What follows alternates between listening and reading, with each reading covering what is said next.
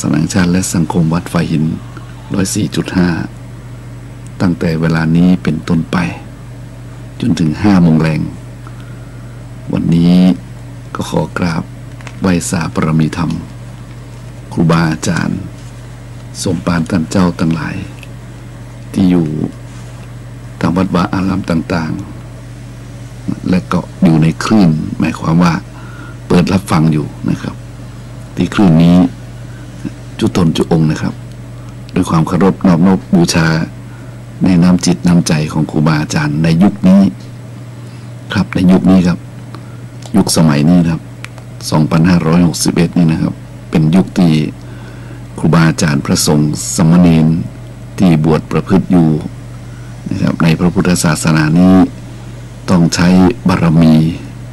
หลายๆอย่างพร้อมกันนะครับโดยเฉพาะอันขันติบารมีวิริยะบารมีกับปัญญาบารมีนี่ก็ต้องนำมาใจอย่างแรงนะครับเพราะในยุคนี้มันเป็นยุคที่เอาท่านทั้งหลายทราบละเนาะ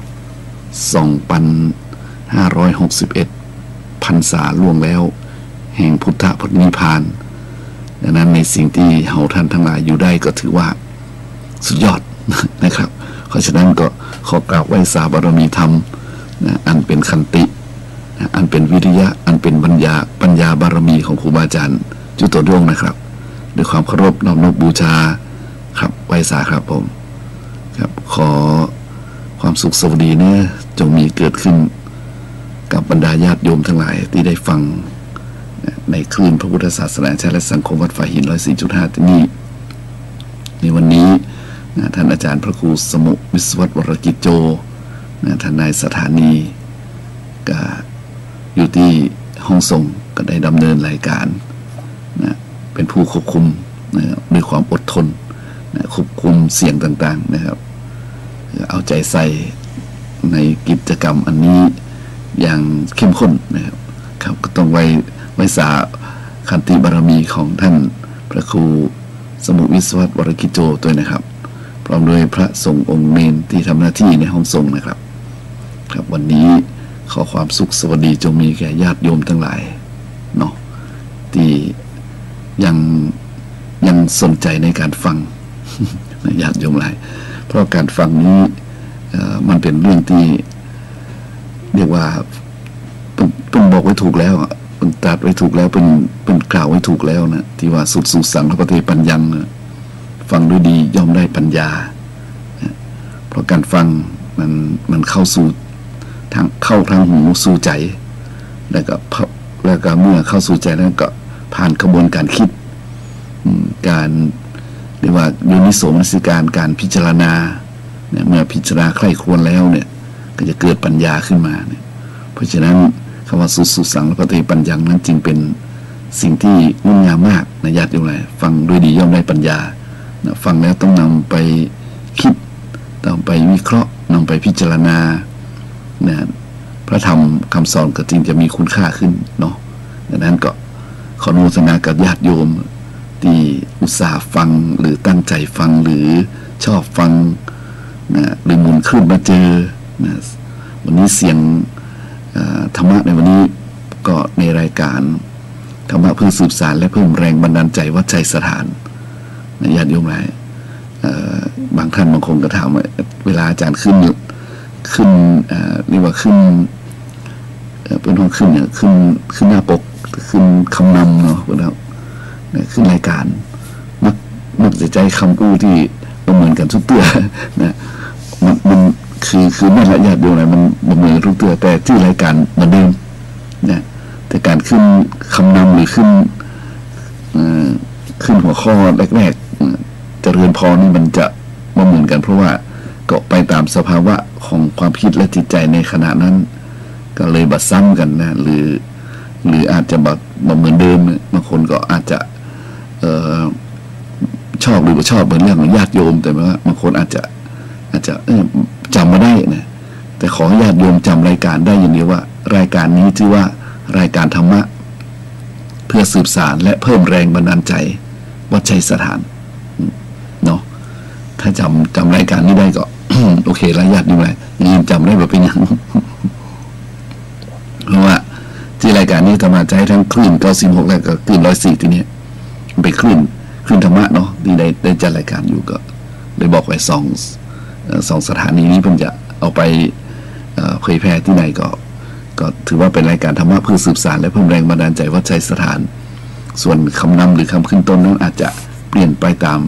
สภาวะแห่งธรรมนะญาติโยมหลายดังนั้นวันนี้นะก็ขออนุโมทนากับญาติโยมนะกับครูบาอาจารย์กับญาติธรรมทุกท่านนะที่ได้ฟังได้ยินได้อยู่ในคลื่นนี้นะครับตั้งแต่เวลานี้เป็นต้นไปและก็หากว่าท่านทั้งหลายกึศใจได้อยากจะสนทนาตัวเองนะ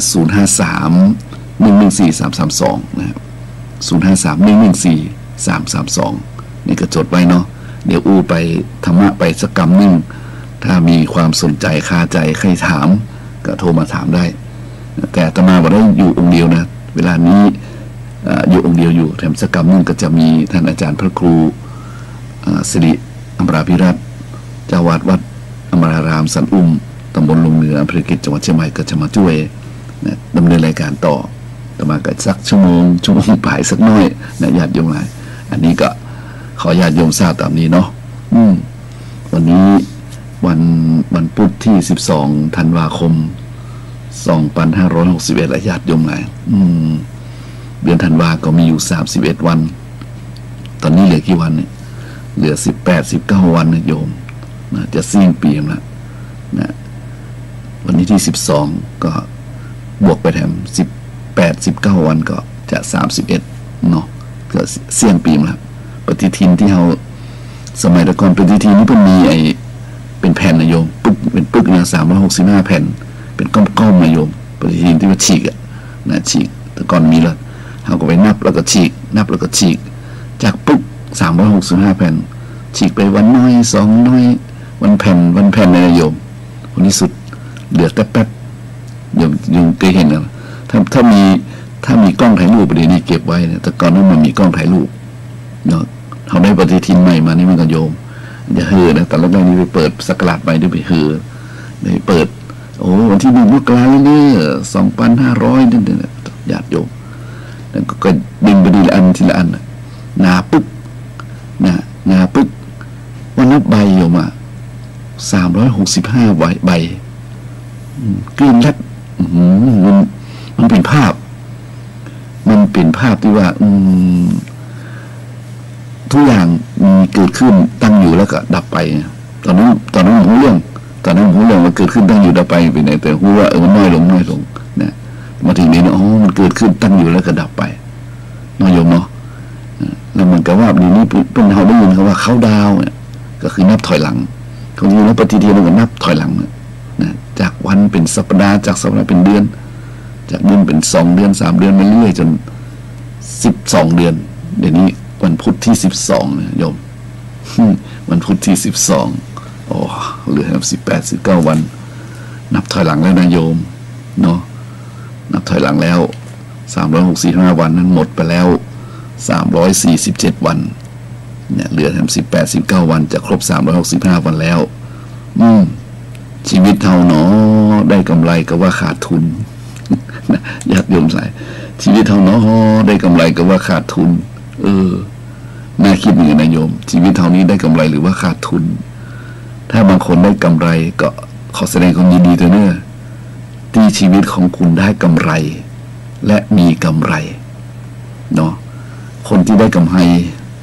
นะญาติโยมเนี่ยเป็นปิดงบดุลสิ้นปีนี้เป็นงบประมาณเป็นปิดหีบปิดบัญชีกันแล้วเนาะเป็นได้กำไรบริษัทได้กำไรคนได้กำไรเนี่ยก็ดีใจตัวเนาะดีใจตัวที่ชีวิตของท่านนะผ่านวันเวลา365วันเนี่ยท่านได้กำไรดีใจตัวที่ท่านบริหารจัดการชีวิตของท่านอย่างดีเยี่ยมท่านจึงได้กำไรแต่ถ้าท่านใดขาดทุนถ้าท่านใดขาดทุนนี่ป้านะญาติโยมเลยท่านใดขาดทุนนี่ก็นะต้องบริหารจัดการใหม่เลยเนาะบางคนก็มาขาดทุนมาได้กำไรบางคนนะเสมอถ้านึกถึงเสมอก็นึกถึงภาษาจีนภาษาจีนนี่เป็นมันมีคำหนึ่งเวลา เวลาเราได้ยินเป็นนักพนันนะเป็นได้เจ้าก็เจ๊งนะในญาติอยู่ไรเจ้าก็เจ๊งอยู่ถ้าเจ้าก็เสมอนะเจ้าก็เสมอกันไปเนี่ยบางคนกับเจ้าบางคนก็เจ๊งโยมมัวบางคนก็เฮงเพราะฉะนั้นก็ขอเฮงดีกว่าเนาะเจ๋งดีกว่าเจ้าเจ๊งเจ้านี่คือเสมอกันเจ๊งคือขาดทุนเจ๊งเนี่ยเจ๊งนี่เป็นคำที่ว่าสุดยอดเลยเจ๋งมากนะเจ๋งมากก็คือแบบกล้วยเจ๋งนะสุดยอดนะเจ๋งก็คือได้กำไรเจ๋งปึ้งเนี่ยเราใจคำเหมือนเนาะเพราะฉะนั้นถามว่าชีวิตของเราเป็นได้พ่อโยมเจ้าก็ว่าเจ๋งนะเจ้าก็ว่าเจ๋งก็ว่าเจ๋งนะญาติโยมถ้าเขาว่าเจ๋งโอเคขอยินดีด้วยเนี่ยชีวิตไผ่เจ๋งนี่ก็ขอให้มันมีความสุขนะโยมกว่าจะเจ๋งได้นี่นะโหปุ่นไม่ใช่ว่าได้มาโดยบังเอิญนะญาติโยมมันได้มาโดยอย่างมากมายกว่าจะเจ๋งเป้งได้เนี่ยนะมันเจ๋งมันสุดยอดเลยโยมกว่าจะเจ๋งได้นี่มันผ่านการบริหารผ่านการจัดการเนี่ยผ่านการใคร่ครวญ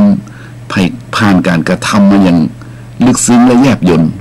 มันจะมีคำว่าเจ๋งมากนะเจ๋งมากเพราะฉะนั้นไผ่เจ๋งมากก็แสดงว่า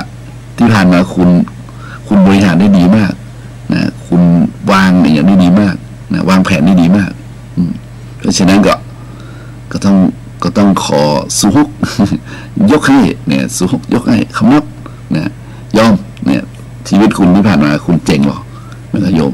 แต่หลายคนมันก็บ่เจ๋งนี่ยังว่านะมันก็แค่เจ้ากันไปเจ้าก็ดีไปโยมยังเสมอนะแต่เจ๋งนี่ดีป้าโทษ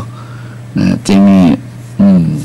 น่าอ่านใจนะแต่ทีนี้ต้องมาดูกันว่าต้องบอกว่าคนลิขิตนะไม่เท่าฟ้าลิขิตตรงไหนนะฟ้าลิขิตไม่เท่ากรรมลิขิตเพราะฉะนั้นมันจะเจ้ามันจะเจ๋งนี่ก็ลองมาคิดดูประโยคนึงคำนึงนะว่าเป็นว่าตะมันแหละว่าคนลิขิตไม่เท่าฟ้าลิขิตถ้าไม่เท่ากรรมลิขิตเพราะฉะนั้นทุกอย่างมันจะมีตัวสุดท้ายนะคือกรรมนะญาติโยมกรรมมาสนับสนุนหรือว่ากรรมมาตรอนถ้ากรรมมาสนับสนุนก็เป็นส่วนบุญนะส่วนบุญที่เป็นเรียกว่ากุศลกรรมถ้าเป็นกุศลกรรมนี่ก็จะเข้ามาทันทีเลยจะเอื้อมมือมาเลยอย่างเช่นคนตกน้ำนะคนตกน้ำอุ้ยหมดแรงนะหมดแรงนี่จะจมนะแต่ก็ยังมีคนเอาเชือกหรือคว้าอย่างไรสักอย่างหนึ่งนะพยุงตัวลอยน้ำได้หายใจเฮือกขึ้นมาปตายสักกรรมประจมสักกรรมนี่แหละโยมที่นี่กุศลกรรมเป็นลักษณะเนี้ยจะจมนี่จะจมก็กลายเป็นว่าดีขึ้นเจ๋งขึ้นเพราะฉะนั้นญาติโยมสิ่งต่างๆที่เกิดขึ้นที่ผ่านมาก็ดีนะก็ถือว่าเป็นบทเรียนของชีวิตคนเรามีบทเรียนเนาะบทเรียนของชีวิตนี่บางทีเราอาจจะลืมนะหรืออาจจะไม่ได้คำนึงถึงหรือไม่รู้ความสำคัญในกับบทเรียนนั้นความจริงแล้วแต่ละวันแต่ละเดือนมันมีบทเรียนของมันแต่ละวันแต่ละเดือนเพราะฉะนั้นเราก็ควรที่จะนำมาพิจารณานะถ้าอยากจะให้ชีวิตเจ๋งนะจะให้ชีวิตเจ๋งนี่จะต้องนำมาพิจารณาที่มันเจ๋งด้วยเหตุใดที่มันเจ๋งก็ได้เหตุใดนะที่มันเจ้าก็เพราะเหตุใดมันมีเหตุทั้งนั้นมันจะว่ามันบ่มีเหตุเหตุปัจจโยจะว่าบังเอิญมันมีเหตุเพราะฉะนั้นก็อันนี้ก็เป็นเรื่องที่ญาติโยมฟังความจริงแล้วญาติโยมเรื่องเหล่านี้มันก็อยู่ที่วิถีคือทางของไปของมันความคิดของใครของมันเนาะแต่ในฐานะที่อาตมาภาพพระทั้งหลายเนี่ยอยู่ในฝ่ายนำเสนอนำข้อคิดของญาติโยมก็เรียกว่าเป็นข้อคิดปลูกจิตปลูกใจบอกว่าถ้าเจ๊งก็จะไปท้อนะถ้าเจ๊งเลยไปท้อนะถ้าเจ้าก็จะไปท้อเด้อถ้าเจ๊งก็จะไปร่าเริงใจเด้อก็คือ หมายว่าพระทั้งหลายครูบาอาจารย์ทั้งหลายก็มีหน้าที่มาสนับสนุนให้เกิดกำลังใจนะให้กับญาติโยมหลายได้ความคิดชีวิตจะได้เดินทางไปอย่างบ่ประมาทเพราะว่าเดินทางในป่าก็ใช้เข็มทิศเดินทางชีวิตก็ต้องใจธรรมะนี่เพราะฉะนั้นญาติโยมเราก็ต้องนำไปเป็นหลักการดำเนินชีวิตเพราะฉะนั้นชีวิตของเราที่ผ่านมา347 วันแล้วนับจากตั้งแต่1 มกราจนถึงวันนี้ที่12เลยโยม347 วันแล้วเนาะเหลือไม่กี่วันจะเสี่ยงปีก็ลองถามตัวเก่านะชีวิตเราชีวิตเราหนอเนี่ยได้เจ้าหรือเจ๊งได้กำไรหรือขาดทุนหรือว่าเสมอนะก็อันนี้เป็นว่าปัจจตังนะโยมเนี่ยโดยเฉพาะตัวเก่าดังนั้นญาติโยมหลายวันนี้ก็จะพูดถึงหลักการที่อยากจะให้ญาติโยมเจ๋งมากกว่านะเจ๋งมากกว่าแล้วก็คือประสบสิ่งที่ดีมากกว่านะเพราะว่าธรรมะทุกอย่างที่ครูบาอาจารย์เพิ่นนำเสนอเนี่ยอย่างที่เราได้ฟังตู้ลุงทองแต่ว่ายังฟังแล้วยังอู้กับส่งไลน์ไปบอกท่านพระครูสมุวิศวะโอ้ตู้ลุงมันอู้ยังทันสมัยอยู่นะบัดใจว่าคนตายไปแล้วก็ธรรมะเก่าแล้วตายไปบัดใจเราฟังเลยเพิ่นอู้เป็นประโยชน์จะได้ฟังแล้วก็นึกถึงเพิ่นเนี่ยเพราะฉะนั้นก็เราลองมาฟังแล้วก็ลองนำมาคิดต่อนะว่าอย่างวันนี้ต่อมาบอกว่าชีวิตเราเนี่ยได้กำไรหรือขาดทุนกินพระพุทธเจ้าเนี่ยเพิ่นก็บอกว่าคนที่ขาดทุนนะคนที่ขาดทุนก็เพราะว่าละทิ้งประโยชน์ด้วยนะคนที่ขาดทุน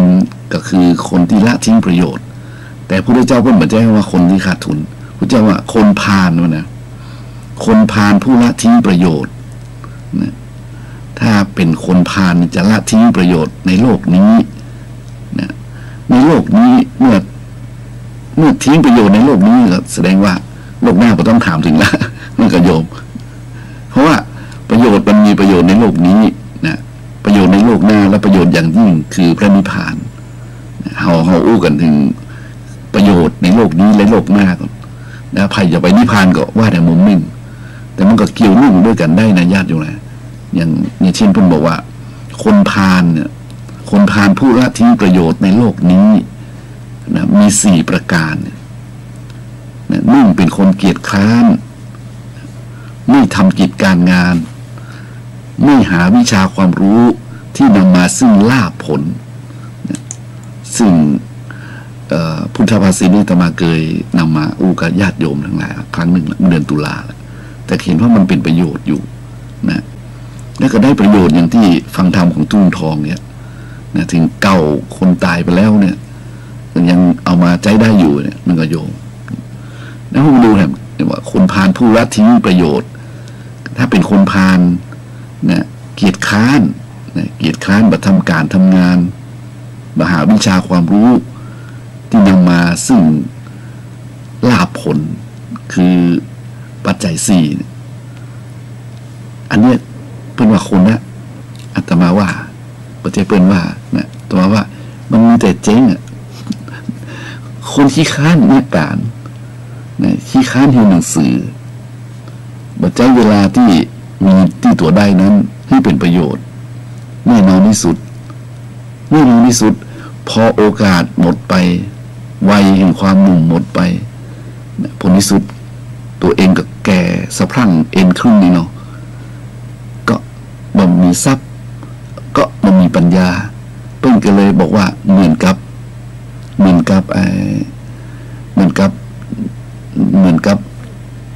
กแห้งนะ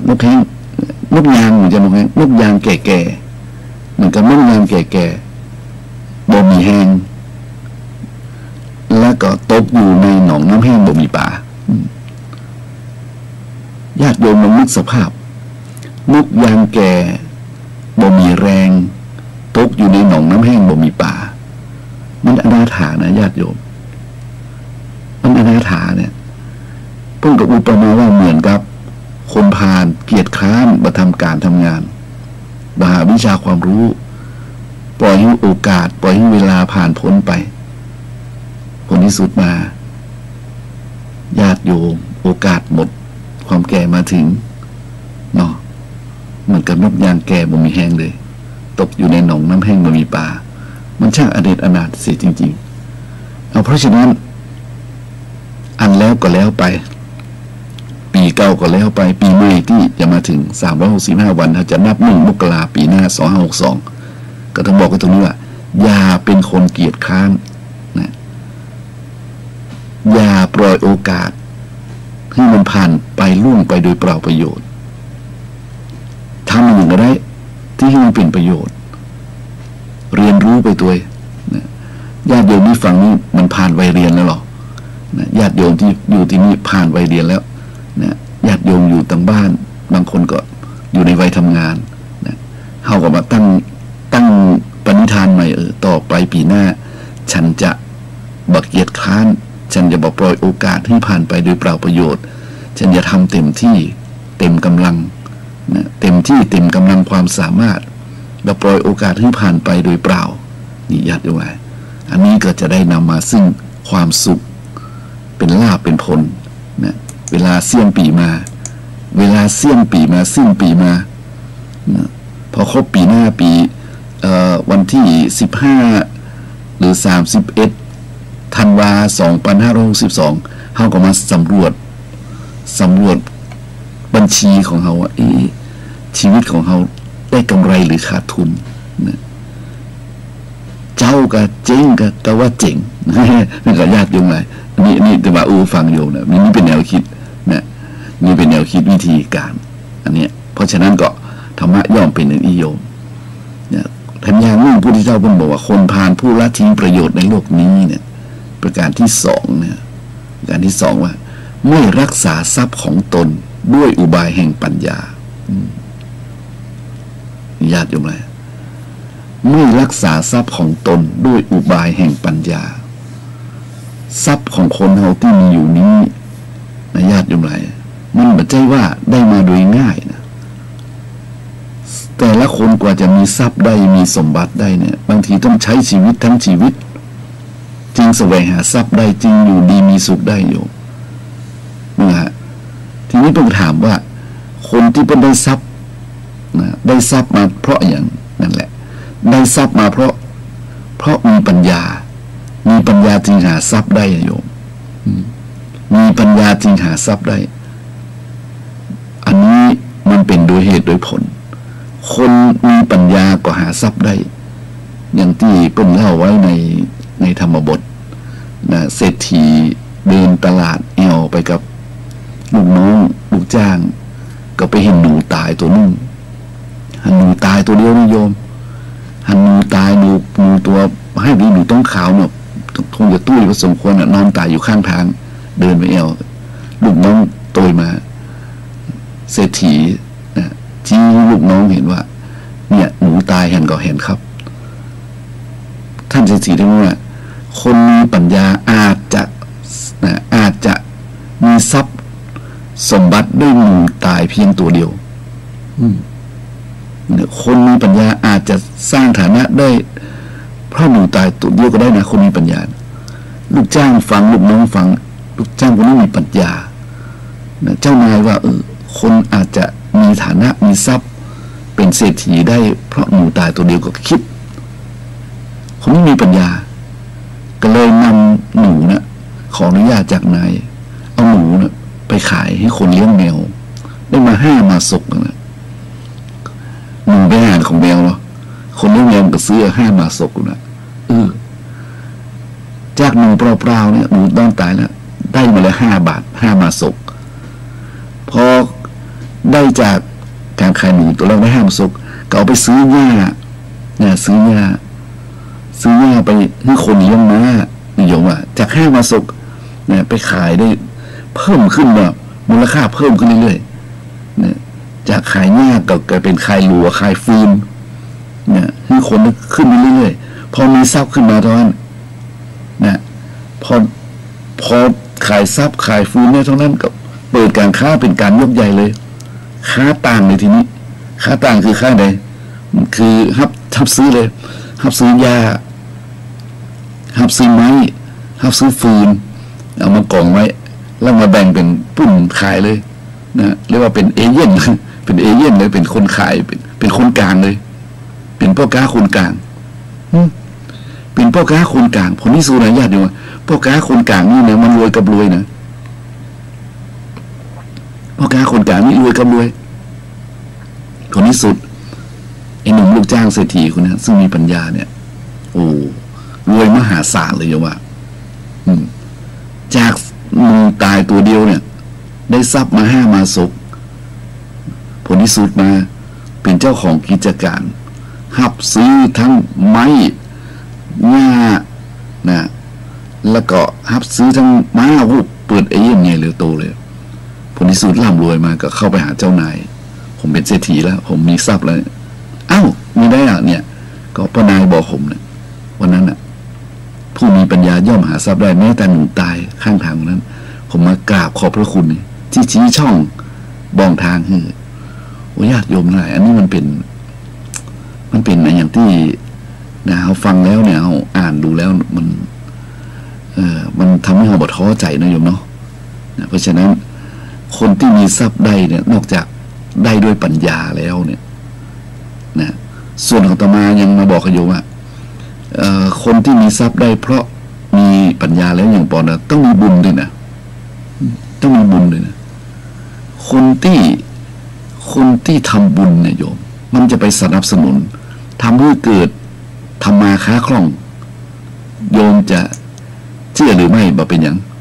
แต่สำหรับอาตมาเชื่อนะว่าผู้ที่ทำบุญเนี่ยเป็นนักธุรกิจก็ดีนะเป็นนักธุรกิจแล้วเป็นผู้ทำกิจอย่างแล้วแต่นะถ้ามีทรัพย์แล้วมีศรัทธาประสาทะเชื่อมั่นในคุณพระรัตนตรัยก็ดีเชื่อในการทำบุญทำทานก็ดีเนี่ยแล้วมีการประกอบการให้ทานทำบุญทักษาศีลนะสนับสนุนคนทุกข์คนยากคนลำบากช่วยเหลือเจียจานตั้งลงทานงานอย่างบ่ขาดเลยนะปรากฏว่าคนที่มีทรัพย์ก็ย่อมเพิ่มพูนและคนที่แบบมีทรัพย์น้อยเนี่ยพอได้ทำบุญทำทานโดยทรัพย์ก็มีมากขึ้นอันนี้ว่ามาด้วยบุญอานิสงส์แห่งทานนะซึ่งมันก็มีหลายท่านได้ปรากฏโดยเฉพาะบางทีมันอาจจะบัดใจในจากนี้เรื่องบุญนี่นะบางทีมันมาบัดตึงด้วยหรอบางคนมันเต็มที่นะโยมทำนี้เต็มที่นะแต่ผลที่สุดบ่ได้ทรัพย์บ่ได้ใจทรัพย์บ่ได้ทรัพย์สมบัติอันสักอย่างนะเพราะว่าบุญมันมาบัดตึงนะบุญใหม่ช่วยบัดตันกรรมเก่ามันแรงกว่าเพราะฉะนั้นก็ตรงนี้ก็ขอฝากญาติโยมไว้ว่าผู้ที่นะจะเจ๊งกับเจ้าเนี่ยก็คือบ่รักษาทรัพย์ของตนโดยอุบายแห่งปัญญาคนที่บ่รักษาทรัพย์ของตนโดยอุบายแห่งปัญญาเนี่ยต่อให้มีทรัพย์มากขนาดไหนผลที่สุดก็เจ๊งได้นะจริงได้เพราะฉะนั้นเราต้องมีปัญญาที่จะกระทำสิ่งใดสิ่งหนึ่งให้มันเกิดมากเกิดผลอย่างใจคำว่าเกิดมากเกิดผลหรือให้เกิดประโยชน์นะให้เกิดประโยชน์อย่างที่ได้ยกตัวอย่างเศรษฐีที่สามารถสร้างตัวได้ด้วยหนึ่งตายเพียงตัวเดียวเนี่ยอันนี้แหละญาติโยมก็มาดูกันว่าปีนี้ทั้งปีเฮาขาดทุนหรือว่าเฮาได้กำไรหรือว่าเฮาเสมอเขาก็มาดูด้วยสติด้วยปัญญาของเขาอันนี้ก็ขอให้ท่านทั้งหลายได้นำไปพิจารณาเนาะชีวิตของเขาอยู่ที่เขาจะเจ้าจะเจ๊งจะเฉงเนี่ยญาติโยมทีนี้มาดูตัวหนึ่งนะพูดว่านะคนพาลผู้ละทิ้งประโยชน์ในโลกนี้เนี่ยประการที่3ว่าเลี้ยงชีวิตด้วยความประมาทเลี้ยงชีวิตด้วยความประมาทเป็นคนประมาทมีชีวิตอยู่อย่างประมาทคำว่าประมาทก็คือประมาทเลินเล่อเผลอไพร ได้ใจสติคิดไข้ครวญนะปมาโทมัจจุโนปทังพุทธเจ้าตัดไว้เป็นบาลีตัดไว้นะบาลีอุไว้มีพุทธภาษิตไว้ในญาติโยมหลายปมาโทมัจจุโนปทังความประมาทเป็นทางแห่งความตายแล้วต่อมายังชอบเรื่องความธรรมะบทประมาทนี่นะเพิ่นบอกเพิ่นอุปมาไว้นี้เพิ่นบอกว่าดูก่อนภิกษุทั้งหลายบรรดารอยเท้าแห่งสัตว์ทั้งหลายนะรอยเท้าแห่งสัตว์ทั้งหลายในโลกนี้รอยเท้าช้างเป็นรอยเท้าที่ใหญ่ที่สุดทุกรอยเท้าของสัตว์ทั้งหลายรวมลงอยู่ในรอยเท้าช้างอย่างเดียวรอยเท้าช้างเป็นรอยเท้าที่ใหญ่กว่าบรรดารอยเท้าของสัตว์ทั้งหลายบอกว่า4 ตีน 2 ตีนอย่างแล้วแต่นะรอยเท้าของสัตว์ทั้งหลายสามารถรวมอยู่ในรอยเท้าช้างแสดงว่าหอยตีนช้างใหญ่กว่าหอยตีนของสัตว์ทั้งหลายบรรดามีว่าสัตว์4 ตีน 2 ตีนเนี่ยจตุบาททวีบาทเองแล้วแต่นั่นนะต้นอุปมาอีมันบอกว่าดูก่อนท่านทั้งหลายธรรมที่เป็นใหญ่กว่าธรรมทั้งหลายก็คือความประมาทความประมาทเป็นธรรมที่ใหญ่กว่าธรรมทั้งหลายธรรมทั้งหลายรวมลงอยู่ในความบ่ประมาทความบ่ประมาทเป็นธรรมที่ใหญ่กว่าธรรมทั้งหลายเพราะฉะนั้นธรรมทั้งหลายเล็กๆนี้เนี่ยรวมอยู่ลงที่ความบ่ประมาทอย่างเดียวเหมือนกับรอยเท้าของช้างนะที่ใหญ่กว่าสัตว์ทั้งหลายเพราะฉะนั้นความบ่ประมาทนี่แหละญาติโยมหลายจึงเป็นที่มาของความมั่งมูลตุนเต้าอยู่ดีสบายสุขกายสุขใจเพราะฉะนั้นบางคนเลี้ยงชีวิตด้วยความประมาทมีชีวิตก็ใจมันเต็มที่นะใจมันเต็มที่ใจชีวิตอย่างบอกว่าโอ้ยผมใจชีวิตคุ้มบางคนแบบนั้นเนี่ยคุ้มนี่บอกว่าทำทั้งทางโลกทางธรรมผู้เจริญนะบัวบ่ช้ำน้ำบ่คุณบุญบ่ขาดนะบุญก็บ่ขาดวันศีลวันพระวันโน้นวันนี้บาทใส่เรียกว่าเป็นคนที่ทำบุญพร้อมกับทำหน้าที่ทางโลกไปด้วยอันนี้เรียกว่าบ่ประมาทควบคู่กันไปเดินทางเนี่ย365 วันเนี่ยเดินทางก็คือหมายว่าทำกิจกรรมไปด้วยนะทำการงานทำอาชีพทำธุรกิจทำตัวไปด้วยขณะเดียวกันก็บ่ประมาทนะสั่งสมบุญไปเรื่อยๆเพิ่นมีบุญเหนือบุญใต้เพิ่นไปมาหาสู่เพิ่นอยู่กันอย่างต่างสังคมอย่างใดนะที่อย่างอยู่อย่างบ้านเฮาเนี่ยนะบ่เคยขาดเรื่องบุญอย่างที่เขาว่าหลวงก็บ่ขาดลาดก็บ่เกินนี่นะงานหลวงก็บ่ขาดงานลาดก็บ่เกินเพลิดเพลินในการใช้ชีวิตอย่างบ่ประมาทนั้นแล้วผลที่สุดมาญาติโยมหลายมันเป็นแต่ชีวิตนี้สมบูรณ์มีแต่เจ๋งนี่หรอบ่ใช่เจ๋งมีแต่เจ๋งแต่คนใดที่ชีวิตเลี้ยงชีวิตด้วยความประมาทก็คืออย่างเช่นประมาทในวัยสบายฉันยังหนุ่มฉันยังสาวฉันยังหนุ่มสาวอยู่ฉันก็อายุแค่30 ปลายผมก็อายุ40 ปลายเขาเจ้าอายุ40 ปลาย50 ปลายยังเห็นเมื่ออยู่ท่านนี่ประมาทนะเนี่ยนี่ประมาทบางทียังชวนไปปฏิบัติธรรมนะชวนไปรักษาศีลวันพระวันศีลภาษานี่ก็นี่นึงอ้างยังเจ้าอยู่เจ้าก็ยังหนุ่มอยู่ตอนนี้ร่างกายแข็งแรงอยู่ท่านมันมีความเดือดร้อนจะขอให้ลูกใหญ่ก่อนเนี่ยบางทีนะพอลูกใหญ่ขอลูกได้แต่งงานก่อนก็ญาติโยมหลายผลที่สุดมามันก็ประมาทในวัยประมาทในความมีโรคภัยไข้เจ็บนะอันว่าความตายคือมัจจุมานะโยมเฮาก็ไม่รู้ได้มันจะเกิดขึ้นตรงไหนบางคนก็ตั้งถึงชราสกรรมนะฮะตั้งใจไว้ว่าถ้าเกษียณแล้วจะเข้าวัดปฏิบัติธรรมจะทำโน่นทำนี่ทำนั่นนะจะทำทดแทนในช่วงที่ไปทำงานอยู่บ่เคยทำบุญทำกุศลบ่เคยเข้าวัดปฏิบัติธรรมจะไปอยู่ตรงนั้นแล้วจะทำอย่างนั้นมันมาถึงตรงนั้นสักกรรมในญาติโยมหลายอันนี้ก็เรียกว่าประมาทในวัยนะประมาทในวันเวลาประมาทในความบ่มีโรคภัยไข้เจ็บนี่ บางคนก็ประมาทในทรัพย์นะประมาทในทรัพย์คือมีทรัพย์แล้วไปจ้างใจทรัพย์คือมีสมบัติมีเงินมีทองเนี่ยไปจ้างใจเงินใจทองสุรุ่ยสุร่ายนะเลี้ยงชีวิตอย่างสมเลเทเมาเนี่ยในรอบปีที่ผ่านมา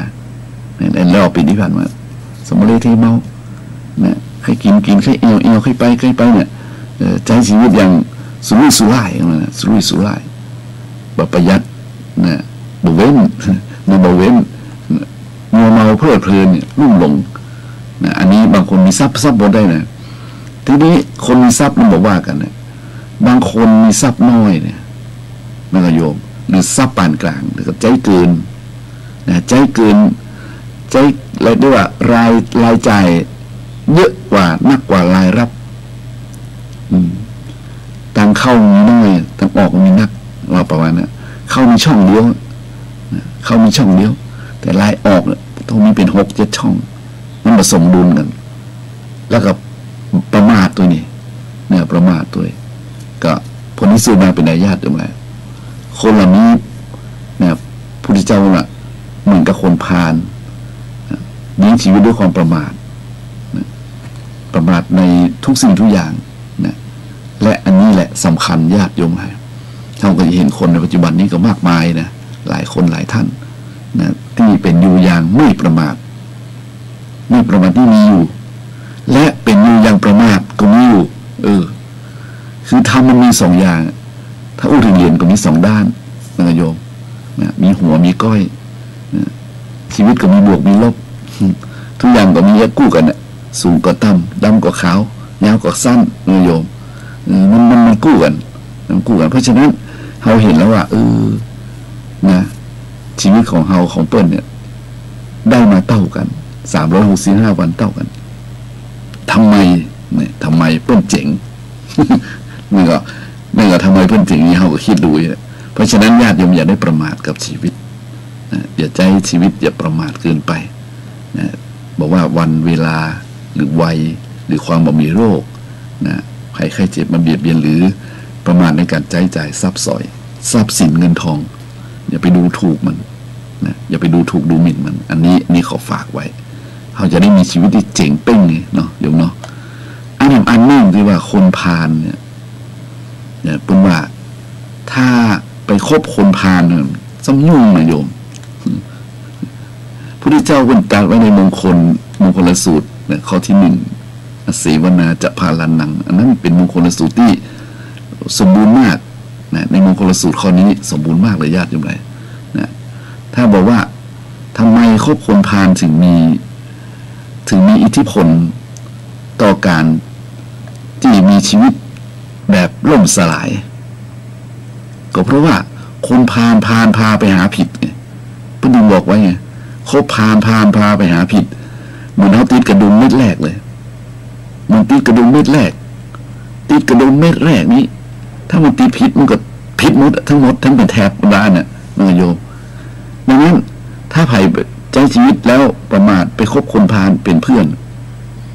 ตั้งแต่เริ่มต้นหัวทีนี่มันก็ชีวิตที่เหลืออยู่มันก็มีแต่เจ๊งกับเจ๊งหลังจากนั้นเพราะฉะนั้นเราต้องดูกันว่าคนพาลเนี่ยมันมีอิทธิพลขนาดไหนโยมคิดดูด้วยกันจะเล่าให้โยมฟังสักหน่อยเนาะว่าในสมัยพุทธกาลก็มีอยู่ในสมัยครั้งโน้นยาวนานหรือว่าพุทธกาลหรือการไหนก็เพิ่นเล่าไว้นะเพิ่นบอกว่ามีพระราชามีม้าตัวโปรดตัวหนึ่งเป็นม้าอาชาไนนะต้องเป็นอาชาไนเด้อคือม้าที่ฝึกได้ม้าที่ดีงามม้าที่รู้เรื่องม้าที่สอนแล้วก็เป็นม้าที่เรียกว่าอาชาไนนะเป็นม้าที่ดีเป็นม้ามงคลว่าน้องสอนง่ายนะเป็นม้าที่หูกรรมนะโยมพระราชาก็โปรดปรานมากนะเวลามีการแสดงก็เอาม้าตัวนี้มาแสดงให้คนดูนะให้แขกอาคันตุกะดูนะแล้ววันหนึ่งนะพระราชาสังเกตเห็นว่าม้าทำไมเดินอย่างนี้เดี๋ยวกูเตือนนี่เดินตัวตรงนะวันนี้ทำไมม้าเดินขากระเพกม้าทำไมเดินขากระเพกโอ้ตกใจหมดพระราชาตกใจพอสิ้นสุดการแสดงเท่านั้นก็ให้หมอหลวงไปตรวจนะ หมอหลวงไปตรวจดูขาม้าก็ไม่เห็นเป็นอย่างเลยสักอย่างมาทูลพระราชาข้าได้มาราชขาม้าปกติมุดกูอย่างค่ะเจ้าค่ะมาเป็นอย่างเลยเอาม้ามาเดินก็ยังเดินขากระเพกอีกเป็นอยู่อย่างนั้นเป็นอยู่อย่างนั้น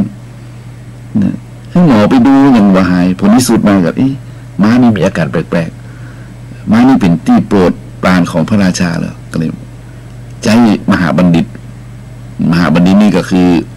อาจารย์ใหญ่นะอาจารย์ใหญ่นี่เป็นผู้ฉลาดนะไปดูม้าเราเป็นอะไรอย่างคือหมอไปดูหมอว่ามันมีอาการผิดปกติสักอย่างแต่ทำไมมันเดินอย่างนั้นก็เลย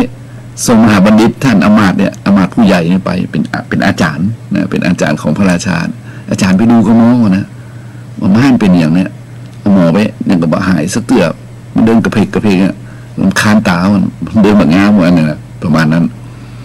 มหาบัณฑิตท่านอมาตย์ผู้เฒ่านะผู้เป็นบัณฑิตเนี่ยก็ไปดูแล้วก็สังเกตดูขาม้าทุกอย่างของม้าเนี่ยเรียบร้อยหมดเลยก็สังเกตต่อไปเจาะลึกเข้าไปเนี่ยโอ้ปรากฏว่าคนเลี้ยงมันขาเป๋ คนเลี้ยงขาเหมือนเท่ากันไปสอบถามความได้ว่าคนเลี้ยงปกติเนี่ยลางานนะลาไปบ้านนะลางานบ้านก็เลยให้คนรู้จักกันเนี่ยญาติกันเนี่ยมาดูแลนะทีนี้คนดูแลม้าคนเนี้ยเป็นคนขาบะเต้ากันนะคนขาบะเต้ากันเนี่ยเดินมันกับกระเพกเนาะเดินกระเพกเนี่ยม้าไม่หันเขาใส่ก็นึกว่าพระราชาจะต้องการให้เราเดินอย่างนั้น ม้ามันมาชาไหนก็เลยเนี่ยมันฝึกง่ายหัวเว่ยเกินมาตรงนี้นะก็เลยเดินแบบคนขาเป๋ขากระเพกขาบะเต้าอันนะมหามาตท่านบัณฑิตผู้เฒ่านี่ไปบอกขึ้นพระราชาไปทูลข้าแด่เดชะม้าบอกเป็นอย่างเลยพระเจ้าค่ะเอ้าท่านอาจารย์แล้วม้ามันเดินได้เนาะเพราะคนเลี้ยงเจ้าค่ะเอาทำไมคนเลี้ยงเล่าฟังคนเลี้ยงเก่าปิกบ้านลางานแต่คนเลี้ยงใหม่เนี่ยขาบะเต้ากันวัดตุพระราชาตบหัวเขาไข้หัวอยู่มาโอ้นี่เนาะนี่เนาะเนี่ยประมาณนี้นะคบคนเช่นใดเป็นเช่นคนนั้นญาติอยู่ไรต่อมาพระราชาเลยเปลี่ยนคนเลี้ยงไปเปลี่ยนคนเลี้ยงเอาคนขาดีไปจุ่มม้าไปอยู่กับม้าผลที่สุดม้าก็ขาเป็นปกติมาหูหนึ่งพระราชาส่งคนขาดีมันก็เดินแบบคนขาดีโยมเนี่ยมันเป็นลักษณะที่เป็นว่าคบคนเช่นไรเป็นเช่นคนเช่นนั้นนะคบคนเช่นไรก็เป็นเช่นคนนั้นแหละเนี่ยขนาดม้านะโยมว่าเนี่ยได้เพื่อนบดีเกือบตายนะโยมถ้าพระราชาแบบส่งอามาตย์ไปม้าสุประหารชีวิตแน่นะโยมทีนี้มีเรื่องหนึ่งที่เกี่ยวข้องกับเรื่องว่าคนพาลมีอิทธิพลอย่างไรกับต่อคนไปคบหาสมาคมอย่างม้านี่ก็เกือบตายเหมือนกันนะโยมนะถ้าอามาตย์บอกไปแก้ไขไว้นี่แบบเปลี่ยนคนเลี้ยงนี่ม้าอาจจะถูกประหารชีวิตก็ได้เนาะทีนี้มันดูของคนหนึ่งแถมอย่างหนึ่งประเทศไอ้สัตว์แล้วก็นี้เพิ่นบอกว่าเป็นพืชเป็นต้นไม้นี่ก็มีต้นมะม่วงต้นหนึ่งเป็นของพระราชาเหมือนพระราชาก็ชอบมะม่วงตัวเนี้ยเพราะอย่างมะม่วงตัวนี้ออกหน่วยมาเนี่ยเป็นมะม่วงที่รสชาติที่หวานหอมกรอบเคี้ยวกรุบมันเนี่ยเคี้ยวเสวยอยู่ขึ้นโต๊ะทุกครั้งนะนักของหงเห็นด้วยนะพระราชาของหงเห็นต้นไม้มะม่วงเนี่ยมีใครบ้านใครเมืองกับเลี้ยงนะมะม่วงของพระราชานี่ก็เรื่องลือชื่อไปไกลมะม่วงพระราชทานเลยเป็นที่สุดเป็นอย่างนั้นต่อมาโยมมะม่วงนี่ขมมะม่วงกับขมจากรสชาติที่หวานหอมกรอบกลายเป็นมะม่วงขมนะมะหอมแต่กรอบรสชาติเปลี่ยนไปเลยเกิดอะไรขึ้นกับมะม่วงจะให้อามาตย์ไปดูโยมอามาตย์ก็ไปต้นมะม่วงนี้ได้รับอิทธิพลของต้นสะเดาต้นสะเลียมนะกาฝากมันกินแล้วมาฝากมันถ่ายมูลรอบให้ผลที่สุดมะม่วงเปลี่ยนรสชาติจากหวานหอมกรอบกลายเป็นขมมะหอมกรอบ ญาติโยมเลย ไปทูลพระราชาก็สร้างฟันต้นเพี้ยวหมู่นั้นให้หมดแล้วก็บำรุงดินใหม่นะเอากาฝากทั้งหลายออกเอาเสลียมออกเอาสะเดาอย่างออกทั้งหมดตรงนึงเหลือก็ต้นม่วงต้นเดียวก็มาอุทานว่าโอ้ขนาดต้นมะม่วงบ่มีชีวิตบ่มีวิญญาณเนี่ยได้เพื่อนบ้านคือต้นสะเดาขมมาอยู่ตัวไปยังเปลี่ยนนิสัยเลยเปลี่ยนรสชาติเลยว่ามันจะเปลี่ยนนิสัยเปลี่ยนรสชาติอุปมานี้ก็เหมือนคนนะโยมคบคนเช่นไรย่อมเป็นเช่นคนนั้นจริงๆคบคนใจบุญก็ทำบุญคบคนใจบาปก็ทำบาปอย่างโยมคบคนใจบุญก็ทำบุญคบคนใจบาปก็ทำบาปคบคนดีก็ทำดีนะคบคนชั่วก็ทำชั่วคนที่เราไปคบเนี่ยสำคัญมีอิทธิพลต่อวิธีคิดนะวิธีคิดของคนในญาติอยู่เลยดังนั้นจึงมีความสำคัญอย่างยิ่งนะถ้าเป็นว่าคนใดที่ไปเมามัวคบคนผ่านเชื่อคนผ่านสันดานหยาบช้าเป็นคนหยาบช้าเป็นคนที่ประชอบทำบุญสุนทานเนี่ยเป็นคนใจดำอำมหิตนี่นะโยมและทำให้ตัวเองนะมีนิสัยอย่างนั้นตัวเนี่ยได้ชื่อว่าเป็นคนละทิ้งประโยชน์ในโลกนี้ไปอย่างน่าเสียดายน่าเสียดายนะเพราะฉะนั้นวันเวลาที่ผ่านมาเนี่ยเราไม่ต้องเอาโลกเราไม่ต้องเอาทั้งโลกนี้ไม่ต้องเอาแค่ปีนึงที่ผ่านมาโยมต้องสำรวจตัวเก่าว่าเราเป็นคนเกียจค้านบ่ทำกิจการงานบ่หาวิชาความรู้ที่นำมาซึ่งลาภผลหรือไม่เราบ่รักษาทรัพย์ของตนด้วยอุบายปัญญาหรือไม่เราเลี้ยงชีวิตด้วยความประมาทใจสุรุ่ยสุร่ายใจอวยเกินหรือไม่เราได้คบคนผ่านสันดานหยาบเป็นเพื่อนหรือไม่ถ้าไม่ก็แสดงว่าเรายังมีความเจริญอยู่ถ้าใช่นี่โอ้โหญาติโยมเลยนะเรามีแต่เจ๊งกับเจ๊งเพราะฉะนั้นอันนี้เป็นการนำเสนอญาติโยมเลยได้นำไปคิดนำไปพิจารณาในสิ่งที่อาตมาภาพนำเสนอนี่คือวันเวลาที่มันผ่านไปเราได้กำไรหรือขาดทุนนะโยมเจ้าหรือเจ๊งนะทีนี้เพิ่นบอกว่าเพิ่นบอกเห็นไหมว่าคนที่มีชีวิตเจริญอย่างเดียวเจริญอย่างเดียวคือหมายความว่าเจริญอย่างเดียวทั้งในโลกนี้และปัจจุบันนี้นะเพราะฉะนั้นก็คือจะต้องเท่ากับเจ๋งนะว่าเจริญอย่างเดียวมีความสุขมีความสะดวกมีความสบายนะมีความเรียกว่ารุ่งเรืองอย่างเดียวนะเท่ากับเจ๋งนะอยากให้ชีวิตเจ๋งไหมล่ะอยากให้ชีวิตมีความสุขไหมล่ะนี่ต้องทำอย่างไรนี่ญาติโยมไหมมี1นะ1ว่าให้มีศรัทธาประสาทะให้มีความเชื่อเลื่อมใสนะมีความเชื่อเลื่อมใสถ้าอูดอย่างตรงๆเราเป็นชาวพุทธว่าคือเป็นคนมีศรัทธาเป็นคนมีความเชื่อเลื่อมใสศรัทธาประสาทะในกุลแก้วเจ้าทั้ง3ประการคือเชื่อมั่นในพระรัตนตรัยแล้วคุณนะถ้าคุณใดเป็นคนมีความเชื่อมั่นนี่นะเชื่อมั่นอย่างศรัทธาอย่างแรงนะในคุณแห่งพระพุทธพระธรรมพระสงฆ์นะแล้วก็ปฏิบัติตามนะเช่นเป็นคนมีศีล5มีศีล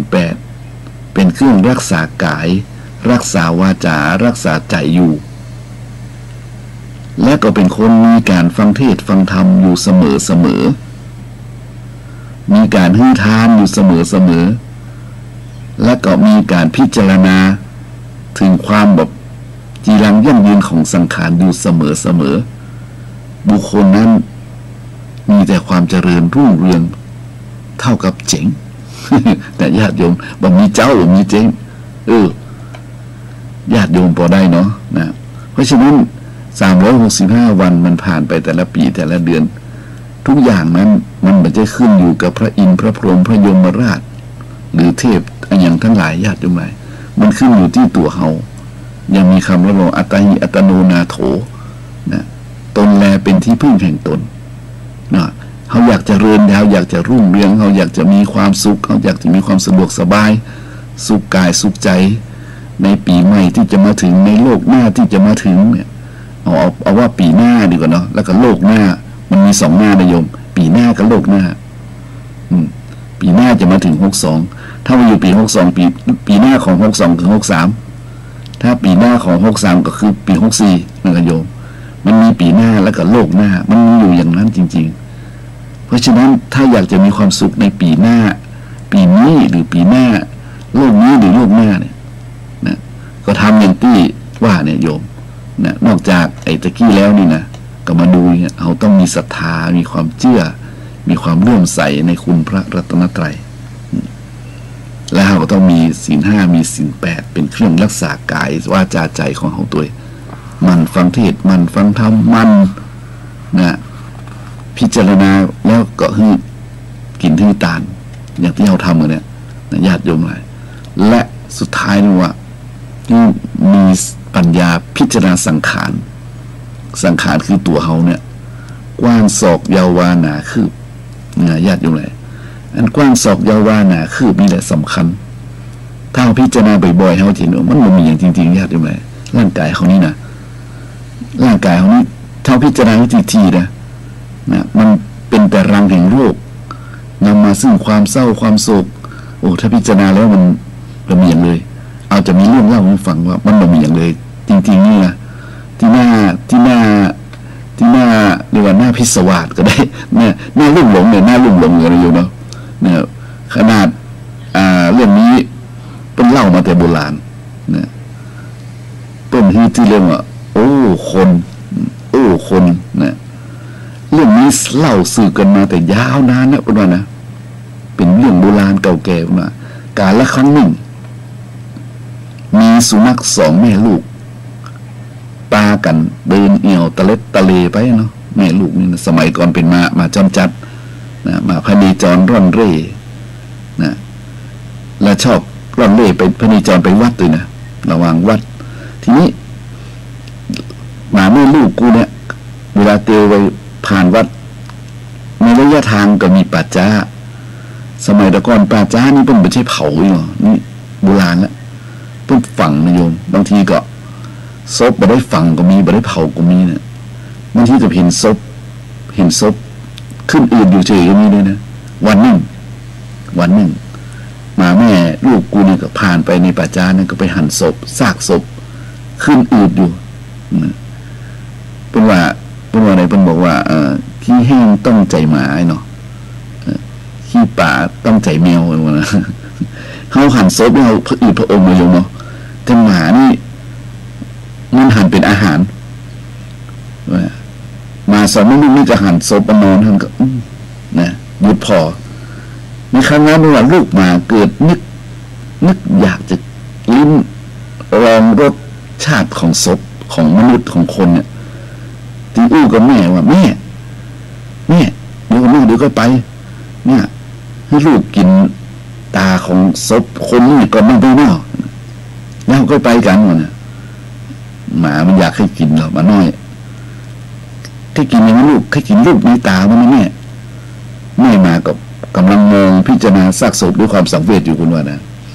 เมื่อได้ยินลูกหมาอู้เองถึงกับสะดุ้งเฮ้ยอย่านะลูกไอ้ลูกในตาของคนแหละมันชั่วช้าสิ้นดีนะชั่วช้าอยู่ในแม่มันสอดใส่หาแต่เรื่องนะสิ่งที่เป็นอัปมงคลนะตามันไม่ใช่ดีนะอันใดที่มันแบบดีมันก็ชอบดูมันก็ชอบพอนะถ้าคือเจ้ากินมันนี่นะลองกินเข้าไปดิจิตใจของเจ้าเนี่ยจะฟุ้งซ่านจะเลี้ยวซ้ำอย่างกับตาของคนเลยโหแม่ไม่กินเลยถ้ากินเขาแล้วจะกินตาหมากินตาคนเนี่ยจิตใจจะฟุ้งซ่านมาน้อยเที่ยวแม่แม่มันไม่กินตานะกินอีนี่ก็เปลี่ยนมาเป็นมีวอนตาว่าตามันบดีชอบดูบดีเดี๋ยวไปกินก็ได้ลูกจะกินอย่างอื่นกินลูกกินหูนี่ว่ากินตาแล้วเขากินหูลูกเขากินหูเนี่ยซบเนี่ยแม่มาก็รีบส่งขึ้นทางแล้วเฮ้ยหูบดีวะนะหูนี่นะแม่ คนไม่ดีที่ไหนมันเฝ้าแต่เนี่ยฟังเสียงประจบสอพรเสียงคนมาประจบสอพรเสียงที่มายั่วยุกามารมณ์มันบ่ชอบไปฟังเทศฟังธรรมเนี่ยมันไปชอบฟังในสิ่งที่บ่น่าฟังบ่น่าดีเลยเพราะฉะนั้นหูกูเป็นกินหูของคนนี่ไม่ได้กินลูกมาเจียวแม่อยากจะกินยังไงลูกแม่ครับอันบ่ให้กินตาบ่ให้กินหูลูกก็แค่กินอันจมูกมันหูดังนั่นน่ะพอโทษแม่มาขึ้นเสียงโอ้ยจมูกของคนกับบดีนะลูกโอ้โหจะถูกดังของนี้นะมันชอบไปสูดดมกลิ่นที่เป็นอันยังก็บ่ฮู้เนี่ยกลิ่นดีๆมันแบบดมกลิ่นที่แบบนี้กลิ่นทูบควนเทียนเป็นสัญลักษณ์ทางธรรมมันมาเอาเนี่ยมีการอยากให้ดมกลิ่นดีเลยมันอยากจะไปดมสิ่งชั่วร้ายไปกินไม่ไว้หูดังนี่ลูกป้าลูกมาก็ยังมาเสี่ยงความพยายามเหมือนเราเป็นนิทานตากูไม่ได้กินหูกูไม่ได้กินแม่จมูกกูไม่ได้กินลูกเขากินลิ้นมันนั่นมันจุกปากนะลิ้นจุกปากเฮ้ยลิ้นนั่นแหละเลวร้ายพอๆกันเลยลิ้นของคนโกหกมดเท็จสิ้นดีปลิ้นป้อนหลอกลวงเพ้อเจ้อส่อเสียดนินทาหยาบคายก็บ่ดีแปลงใส่ก็ไม่ง่ายแปลงเอาจะไปกินลูกถ้ากินแล้วเจ้าจะนิสัยเสียไอ้ลูกมาก็อ้าปากบอกแม่ก็ไม่กินลิ้นถึงเนาะอันลูกมาว่าลูกขอกินมือไม่ดีกว่าแม่พอท้อขอกินมือแล้วแม่มาเข้าใส่เลยบาได้มือซ้ำให้ลูกเคยได้ยินก่อนมือของคนเนี่ยมือไผ่ยาวสาวได้สาวเอาเนี่ยมือก็ไม่ได้กินมือนี่นะมันไปชอบไปฆ่าคนอื่นมันชอบไปทำร้ายคนอื่นไปชอบลักขโมยของคนอื่นนะยิบฉวยของเขามาตบต้นตีนี่ทำให้คนอื่นเดือดร้อนเนี่ยมือนี่เป็นมือที่ประทุษร้ายมือนี่เป็นมือที่ทำร้ายคนเนี่ยโอ้ยอย่าไปกินลูกจะไปกินแม่ไม่กิน3-4อย่างไม่กินอันมาตัวนั้นว่าผมขอลูกเขากินตีนมันเตอะเท้าก็ไม่กินถึงเนาะมือก็ไม่กินนะบัดได้ตีนซ้ำให้นะตีนคนนี่แหละวะนะมันเตียวไปตางแห่งอบายอยู่ตลอดเวลาย่องนักย่องเบานะอันที่จะไปก็บอกไปปาไปทางที่ชั่วที่ช้าตีนก็บดีลูกอันยังเนี่ยคอกินตีนก็ไม่ให้กินลูกมันจมงามกินมือก็ไม่ให้กินเสียพี่มดคนนะหมาก็นั่งพอศพมันอยากกินน้ำลายไหลอยู่แต่แม่บอกไม่อยากจะกินไม่ได้ตาหูจมูกลิ้นมือตีนกินไม่ได้กับหมาน้อยว่าแม่อันยังวะขอเนี่ยครั้งที่สุดท้ายว่ามันจะกินแหนมผมอยากกินหัวใจมั้งอ่ะต่อปัดโทษเพราะว่าอยากกินหัวใจคนนั่นนะแม่มาขึ้นเสียงดังเลยปัดโทษยาเชียวนะยาเป็นอันขาด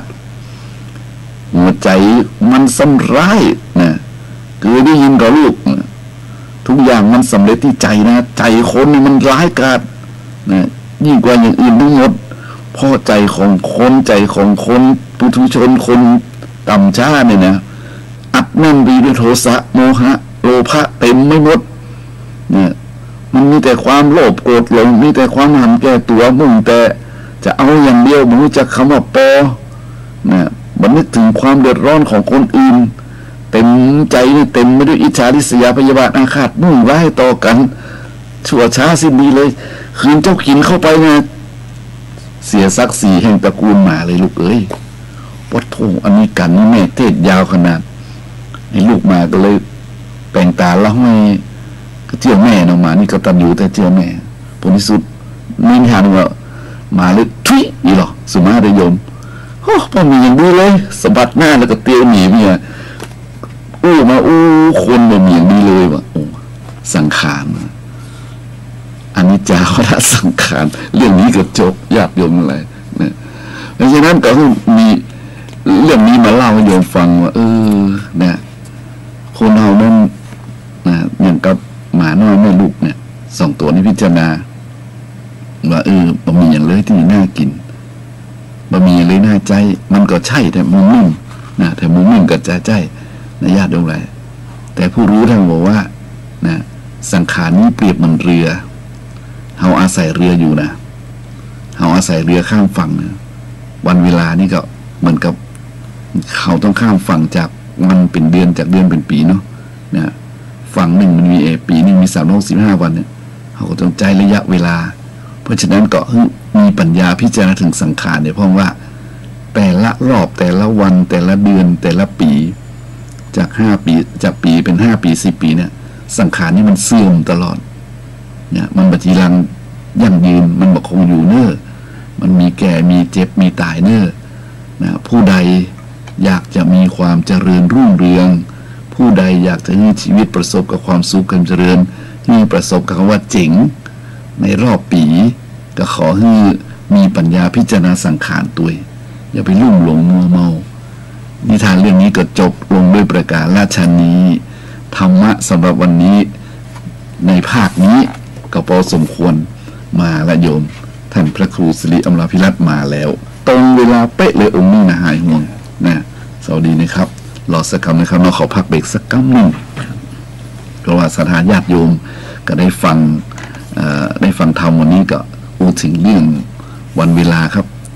วันนี้วันที่12แล้วครับเนาะเนี่ย12 ธันวาก็ชีวิตที่ผ่านมานี่มันก็เมินนะครับมา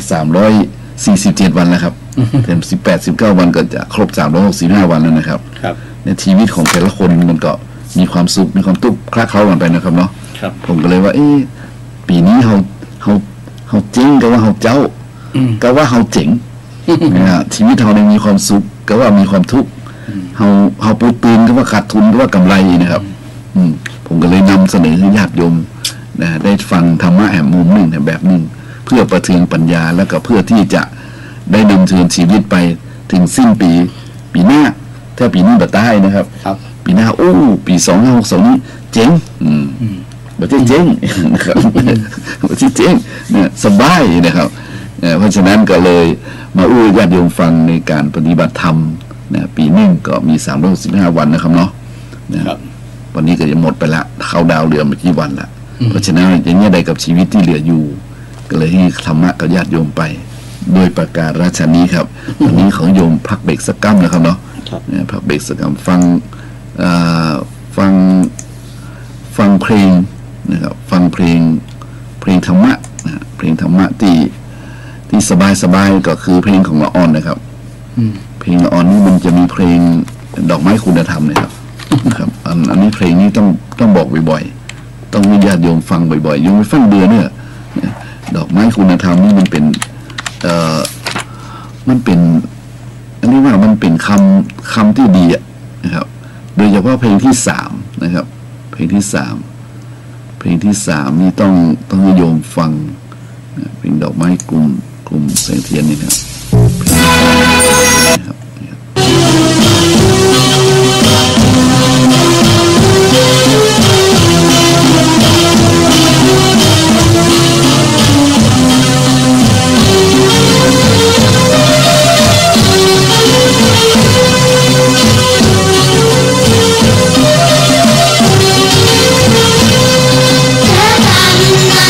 ให้สว่างสวัยให้คนจริง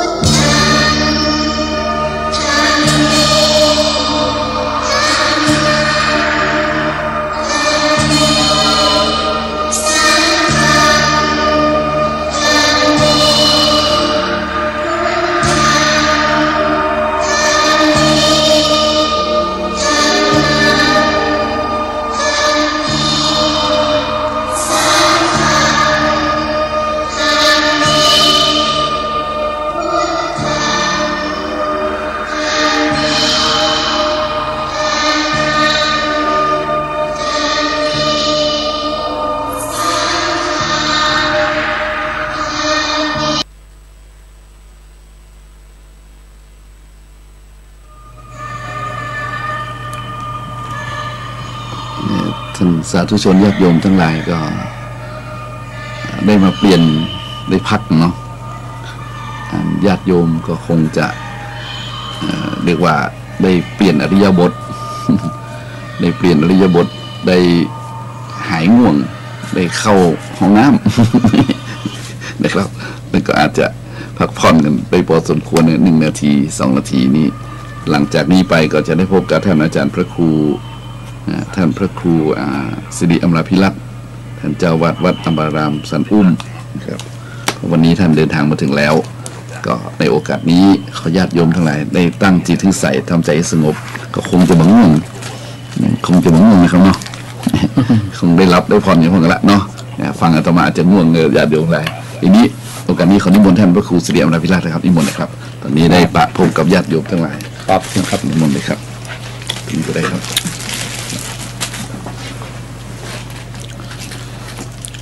ขอความนอบน้อมแด่พระรัตนตรัยคือคุณพระพุทธพระธรรมพระสงฆ์ขอถวายความเคารพพระเถรานุเถระครูบาอาจารย์ทุกรูปซึ่งมีพระพระเดชพระคุณหลวงพ่อเจ้าคณะจังหวัดเป็นต้นเป็นประธานขอเจริญพรศรัทธาญาติโยมทุกท่านทุกคนที่รับฟังรายการธรรมะ เพื่อสืบสานและเพิ่มแรงบันดาลใจวัดชัยสถานป่าเซาน้อยทุกท่านทุกคนวันนี้เป็นวันพุธที่12 ธันวาคมพุทธศักราช 2561 ซึ่งวันนี้อาตมาภาพก็ได้มีโอกาสมาเอาธรรมะมงคลมาฝากศรัทธาญาติโยมเช่นเคยที่หลังจากช่วงที่2ต่อจากท่านพระครูอาจารย์พระครูประภัสใจคุณที่ได้จัดรายการไปก่อนหน้านี้แล้วชั่วโมงหลังจากนี้ไปก็เป็นช่วงชั่วโมงที่อาตมาได้มาปะศรัทธาญาติโยมเช่นเคยก็วันนี้ก็ได้นำเอาธรรมะมงคลธรรมะมงคลมาฝากศรัทธาญาติโยมทุกท่านทุกคนที่รอฟังรายการธรรมะกันก็มีนะก็ขอเจริญพรขอบคุณไว้ณที่นี้ที่เป็นแฟนพันธุ์แท้ติดตามรายการนี้เป็นประจำนะแต่มาก็พยายามที่จะมาทุกวันพุธนะแต่บ่ติดอย่างแต่ว่า ซึ่งก็เป็นธรรมดานะบางครั้งอาจจะบ่ได้มานะก็ต้องขอสุมาภัยท่านผู้ฟังทั้งหลายที่ติดตามรายการธรรมะเพื่อสืบสารและเพิ่มแรงบันดาลใจวัดชัยสถานจากตั้งขึ้น สถานีวิทยุขึ้นพระพุทธศาสนาแห่งชาติและสังคมวัดฝ่ายหิน 104.5 เมกะเฮิรตซ์ซึ่งออกรายการทำ เป็นรายการธรรมะต่างวัด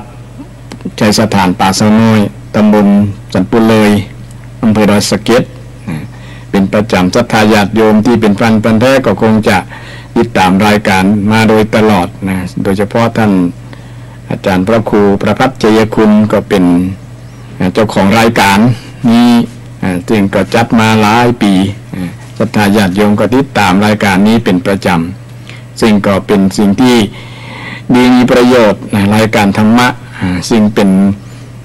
รายการสร้างเสริมคุณงามความดีให้เกิดขึ้นกับจิตใจ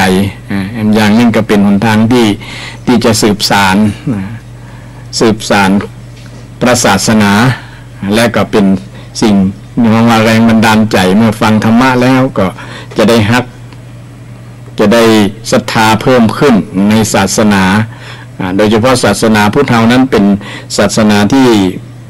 มองว่าเป็นศาสนาที่มีคุณงามความดีที่มีของดีอยู่ในพระธรรมคำสอนพระธรรมคำสอนของพระพุทธเจ้านี้ถือว่าเป็นสิ่งที่ประเสริฐเป็นอริยทรัพย์อริยธรรมเป็นสิ่งที่ชาวพุทธทั้งหลายควรภาคภูมิใจว่าเราเกิดมาพบพุทธศาสนานี้มีของดีอยู่ในนี้แล้วนะเป็นที่เปิ้งอันประเสริฐนะที่เปิ้งอย่างอื่นบ่มีแล้วซึ่งเป็นสิ่งที่ เราท่านทั้งหลายควรภาคภูมิใจว่าเราได้เกิดมาพระพุทธศาสนามามีพระรัตนตรัยเป็นที่เพ้อเป้งของเราซึ่งก็นับว่าเป็นสิ่งที่เราโชคดีกับเราแล้วที่ชีวิตเราเกิดมาพบพุทธศาสนามีพุทธศาสนาเป็นศาสนาประจำชาติก็ว่าได้สิ่งก็เป็นสิ่งที่เรามีของดีอยู่ในตัวแล้วนะควรจะภาคภูมิใจของดีในตัวนี้ก็คือธรรมะของพระสัมมาสัมพุทธเจ้าที่เราท่านทั้งหลายได้ศึกษาได้เรียนรู้แล้วก็นำไปประพฤติปฏิบัตินะกับ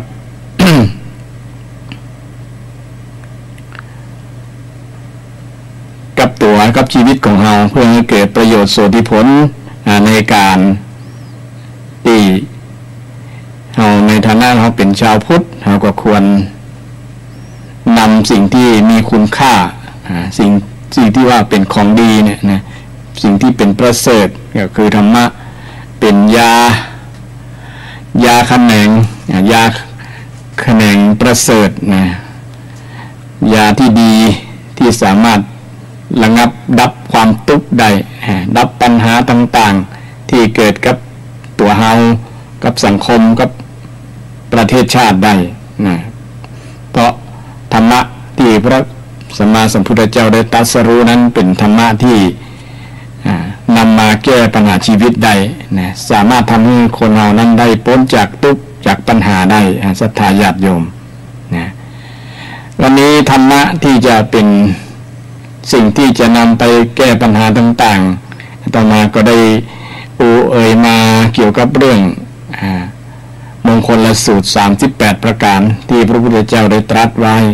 โดยเฉพาะตัดฮือกับต่างเทวดาได้ฟังกันแล้วเนื้อความนี้ก็บทใจกับเทวดาน้อมรับไปประพฤติปฏิบัตินะก็เป็นประโยชน์กับชาวพุทธทุกท่านทุกคนว่าสิ่งที่เป็นมงคลกับชีวิตนั้นมีอย่างพ้องที่เราควรรู้และนำไปประยุกต์ใช้กับชีวิตของเราซึ่งก็เราก็บ่ได้ต้องลงทุนลงแรงอย่างมันเป็นธรรมที่เราต้องนำไปประยุกต์ใช้กับชีวิตอยู่แล้วนะซึ่งก็เป็นสิ่งที่เราท่านทั้งหลายสามารถหยิบไปใช้ในชีวิตประจำวันได้โดยที่บ่เสี่ยงสตางค์อย่างสักบาทก็ได้นะเพราะว่าธรรมะของพระเจ้าเป็นธรรมะที่จับต้องได้นะที่นำไปใช้เกิดประโยชน์จริงๆนะกับผู้นำธรรมะของพระเจ้าไปประพฤติปฏิบัติกันนะซึ่งเป็นสิ่งที่ ตอบโจทย์นะตอบคำถามต่างๆนักหลายซึ่งเราก็ควรภาคภูมิใจว่าธรรมะที่เป็นยารักษาโรครักษาโดยเฉพาะโรคจิตโรคใจที่มีในจิตในใจเราเนี่ยสามารถที่จะนำไปแก้ได้โดยเอาธรรมะมงคลธรรมะมงคลชีวิตเนี่ยถือว่านำข้อประพฤติปฏิบัติในมงคล38ประการเนี่ยไปประยุกต์ใจกับชีวิตของเขาก็จะมีความสุขขึ้นดีขึ้นต่อมาก็ได้มาถึงมงคล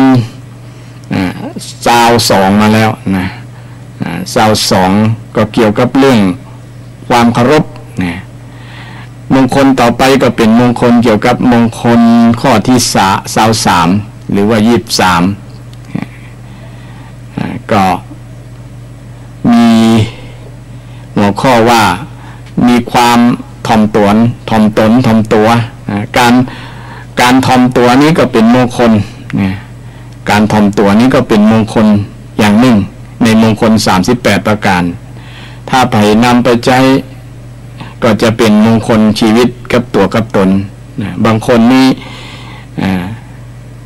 ชอบคมชอบเบ่ง เขาชอบอวดเพื่อเอาความที่ตัวเก่ามีเนี่ยเช่นมี ทรัพย์ก็เบ่งว่าตัวเก่ามีความรู้มีสติปัญญาก็เบ่งว่าตัวเก่าโลกก็เป็นอย่างประมาณนั้นกลายเป็นคนที่ยิงพยองจองห้องไปในประมาณนั้นจะทำให้ชีวิตของคนนั้นจะบ่เป็นมงคลนะก็มีกับคนที่จะบ่ชอบมีคนจังไปในที่สุดเพราะว่าบ่มีความถ่อมตนการถ่อมตนนี้แสดงออกถึงความนอบน้อมอ่อนน้อมอ่อนน้อมคนเรามีความอ่อนปูนเป็นว่าเป็นยอดของคนยอดไม้เนี่ยมันจะอยู่สูงนะคือมันจะสูงยอดไม้นะมันอยู่สูงได้ก็เพราะมีความอ่อนนะการที่มีความอ่อนได้เนี่ยมันเป็นประโยชน์หลายอย่างนะเป็นประโยชน์ในการป้องกันเรื่องภัยบาตภัยลมพัดหรือว่าสิ่งต่างๆที่จะมาทำให้มันหักมันอย่างยากลำบากแต่ต้นไม้ต้นใดที่มันแข็งทื่อต้านลมบ่โอนไปตัวลมเนี่ยมันบ่อ่อนนะต้นนั้นก็จะหักปุ๊บหักเกินกลางได้เพราะมันมีความอ่อนนะมันบ่มีความปรับตัวให้เข้ากับธรรมชาติอื่นๆคนเราเช่นเดียวกันธรรมชาติของคนนี้ก็ต้องการความอ่อนนะและก็ความอ่อนนี้เป็นประโยชน์กับบุคคลนั้นเป็นมงคลชีวิตนะบอกว่าจะเป็นความกายอ่อนน้อมวาจาอ่อนหวานจิตใจอ่อนโยนเนี่ยเป็นเรื่องของความอ่อนตนจะสอนตั้งแต่เวลาเข้าวัดในพิธีกรรมต่างๆจะมีคำว่าเกาคำว่านะโมแปลว่าความนอบน้อมหรือความอ่อนนั่นเองอ่อนต่อภายอ่อนต่อสิ่งที่เราเคารพนับถือเนี่ยคือพระรัตนตรัยมีพระพุทธพระธรรมพระสงฆ์เนี่ยจะมีคำว่านะโมขึ้นก่อนคำว่านะโมนี่ทำให้จิตใจตั้งแต่ใจไปหาวาจาและกายเนี่ยมันจะอ่อนไปโดยกันโน้ตนะอาจจะสังเกตคนที่มีความอ่อนนะกิริยาท่าทางนะกำอู้กำจานะความคิดมันจะอ่อนไปแต่กันโน้ตนะอ่อนแล้วดูเรียบร้อยดีงามมีแต่คนชอบมีแต่คนสรรเสริญยิ่งเราจะสังเกตครูบาอาจารย์บางรูปบางตนนี่เป็นมีความอ่อนญาติโยมเป็นต้นแบบต้นบุญให้กับลูกศิษย์ลูกหาให้ปฏิบัติโดยลูกศิษย์ลูกหาก็จะได้ความอ่อนนั้นนะโดยการมีบุคคลที่เป็นต้นแบบนะเป็นไอดอลเป็นบุคคลต้นแบบที่มีความอ่อนเป็นในการทางศาสนาจะมีการฝึกการอ่อนนะเริ่มตั้งแต่การกราบนะการกราบนะต้องกราบด้วยความอ่อนเป็นจริงบางคนบอกเคยกราบมันก็จะแข็งดู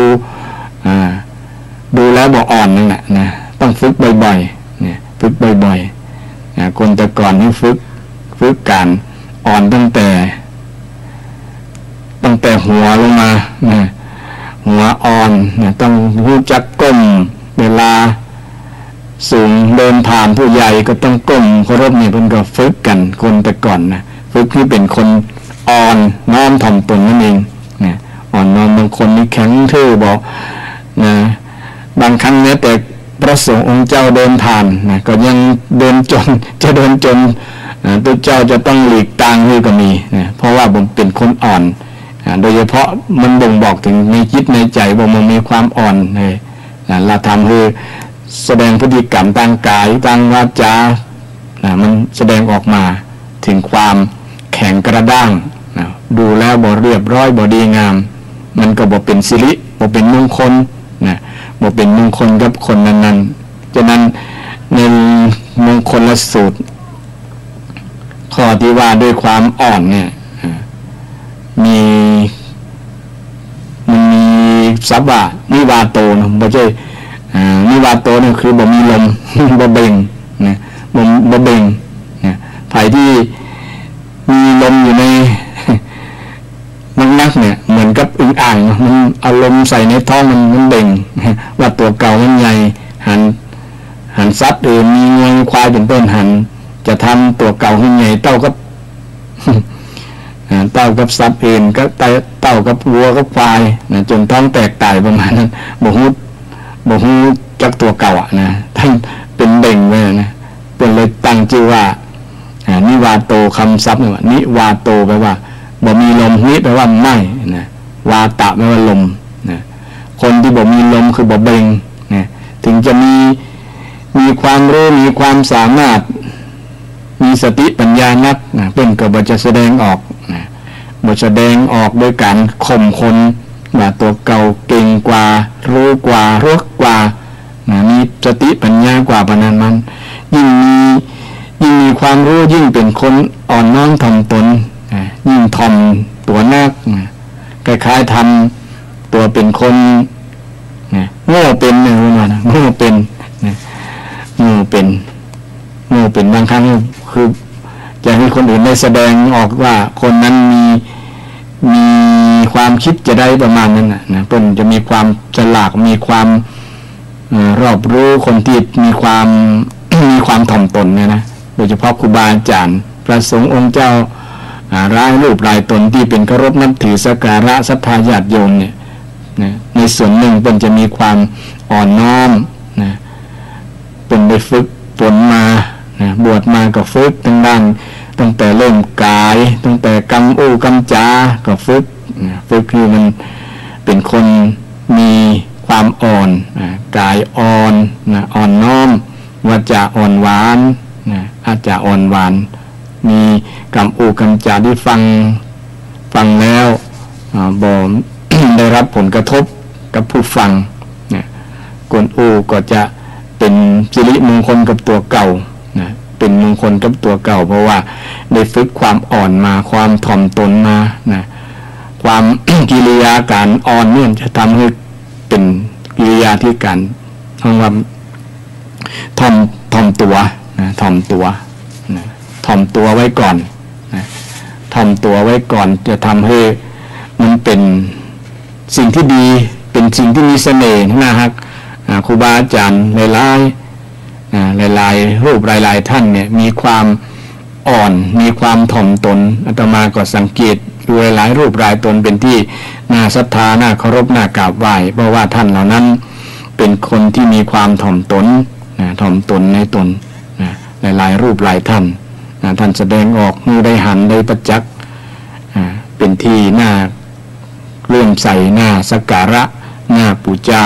น่ากราบน่าไหว้เพราะมาจากการถ่อมตนคนศรัทธาญาติโยมชาวบ้านก็เช่นเดียวกันผู้ที่มีความถ่อมตนผู้รักผู้ใหญ่เนี่ยนะก็จะได้รับความศรัทธาได้รับความเชื่อถือได้รับความเคารพสักการะนะมีบางท่านอาตมาได้สังเกตนะญาติโยมบางคนมีความถ่อมตนเป็นบ่อวดนะเป็นบ่อวดตัวนะเป็น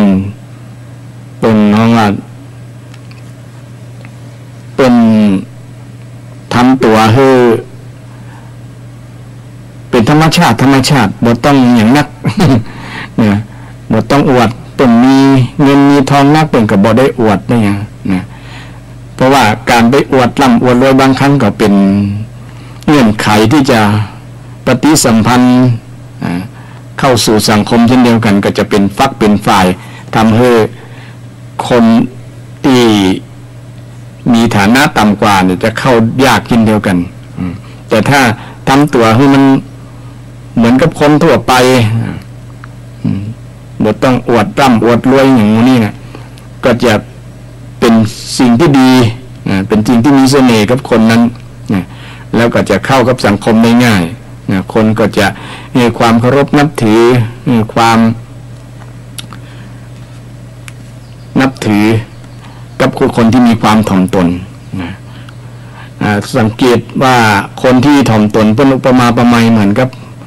ห่วงข้าวที่มันมีเมล็ดที่มันมีเม็ดเต่งเนี่ยมันจะโค้งงอก้มลงแต่ห่วงข้าวที่มันเม็ดรีบเนี่ยมันจะชูรวงขึ้นสูงโดนะ แสดงว่ามันหันภาพชัดเลยว่ามันสาระสำคัญหรือว่าสิ่งที่เป็นประโยชน์สิ่งที่มีคุณค่าน่ะอยู่ที่การ ที่การอ่อนที่การน้อมที่การน้อมถ้ามีเล็กเป่งเนี่ยมันยังไม่ชูอยู่นั่นนะอาจจะเป็นภัยต่อตัวมันเองก็ได้นะเช่นห่วงเข้านี่เนาะนกอาจจะกินไม่ง่ายนะเพราะว่าชูขึ้นหันทีนะแต่นี่โน้มลงมาก็เป็นลักษณะที่ว่าปกป้องเมล็ดตัวเก่าก็ได้นะอันคนเช่นเดียวกันอุปมากับคนเช่นเดียวกันคนที่บ่ได้ไปอวดบ่ได้ไปเบ่งเนี่ยที่ว่านิวาโตเนี่ยเบ่งเนี่ยเบ่งความรู้เบ่งฐานะเบ่งความร่ำรวยเบ่งต่างๆเบ่งบารมีที่ว่าเข้าใจตัวเก่าดีกว่าเปิ้นเลิศกว่าเปิ้นอย่างตำนองนั้นน่ะบ่ได้ถ่อมตนก็จะอาจจะเป็นภัยกับบุคคลนั้น อาจจะเป็นภัยเนี่ยเป็นภัยบ่อาจละเป็นภัยเลยทีเดียว เพราะว่าเขาบ่มีความอ่อนน้อมถ่อมตนคนเราสังเกตว่าตั้งแต่เป็นละอ่อนถ้ามีความอ่อนน้อมถ่อมตนประพฤติอ่อนน้อมถ่อมตนต่อผู้รักผู้ใหญ่เนี่ยนะมันก็จะเป็นคนน่ารักเริ่มตั้งแต่ละอ่อนมานะ ก็เป็นเสน่ห์เป็นความดีงามของลูกหลานที่มีความอ่อนน้อมถ่อมตนนะโดยการผ่านการฝึกจากพ่อแม่ครูบาอาจารย์ฝึกคือเป็นคนอ่อนน้อมถ่อมตนบอกนี่เป็นคนแข็งกระด้างก้าวร้าวอย่างประมาณนั้นคนถ้ามีความอ่อนน้อมถ่อมตนแล้วมันจะเข้ากับคนอื่นยากลำบากนะเพราะว่าคิดว่าตัวเก่านั้นเก่งกว่าเปิ้นดีกว่าเปิ้นเลิศกว่าเปิ้นประมาณนั้นนะมันจะมีทิฏฐิมานะตัวเองนะทำให้เข้ากับสังคมลำบากอยู่กับคนอื่นลำบากนะไปที่ไหนเปิ้นก็บางครั้งไปเป็นตัวปัญหาโดยซ้ำนะเป็นตัวปัญหาทำให้สังคมมีปัญหาเพราะว่าบ่มีความถ่อมตนนะพุทธเจ้าก็ได้สอนให้นะอ่อนน้อมถ่อมตนนะการอ่อนน้อมถ่อมตนนี้ก็มีเรื่องเล่าให้บรรดาศรัทธาญาติโยมได้ฟังกันนะก็มีเรื่องชาดกที่มีสัตว์3 ชนิด3 จำพวกอยู่ตัวกันมาก็บางครั้งก็มีปัญหา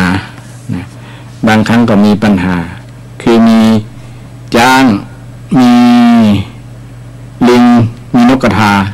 ศรัทธาญาติโยมคงได้ยินบ่อยๆกับนิทานเรื่องนี้ซึ่งเป็นสิ่งที่บ่งบอกว่าให้มีความเคารพอ่อนน้อมถ่อมตนต่อกันซึ่งก็เป็นเรื่องของ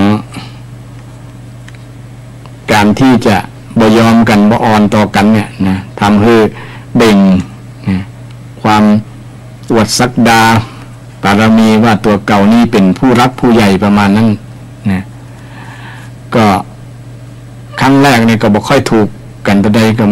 อยู่กันโดยบ่ม่วนเพราะว่าคิดว่าตัวเก่านี่เก่งดีมีความเก่งกาจกว่าเปิ้นเลยทำให้เกิดปัญหาในการที่จะมาสมาคมอยู่กันอย่างสันติสุขนะก็ย่อมมีปัญหาพ่องแต่มาวันนึงก็เคยเลยมาปรึกษากันว่าเฮาเนี่ยทั้ง3 คนเนี่ยจะต้องมีข้อตกลงกันจะได้นะก็จะห้องกันจะได้ไผเป็นพี่เป็นน้องประมาณนั้นนะก็เลยมาปรึกษาหาเลยก็เลยเฮาจะหาอย่างมาวัดว่าไผเกิดก่อนไผอย่างนก กระทาก็เลยเกิดได้ว่าเฮารู้แล้วนะว่าจะเอาอย่างเป็นหลักฐานว่าไผเกิดก่อนประมาณนั้นนะนกกระทาก็เลยถามจ้างก่อนว่าอันจ้างฮู้ก็ว่าต้นไทรเนี่ยที่อยู่ใกล้เฮาเนี่ยนะที่เฮาเกาะกิ่งอยู่เนี่ยนะเกิดเมื่อใดเคยหันก็หันมันแต่ตั้งแต่อายุน้อยๆเนี่ยมันต้นมกใดประมาณนั้น ก็เลยถามจ้างเขาว่าโอ้สมัยเขาเป็นตัวน้อยๆนะเป็นละอ่อนอยู่เนี่ยนะเขายังได้เดินข้ามเราต้องแค่ต้องของเขาเนี่ยประมาณนั้นเขายังข้ามไปง่ายแต่บัดนี้ต้นมันใหญ่แล้วเนี่ยเขาหันตั้งแต่เขาตัวน้อยๆขนาดทั้งตัวน้อยแล้ว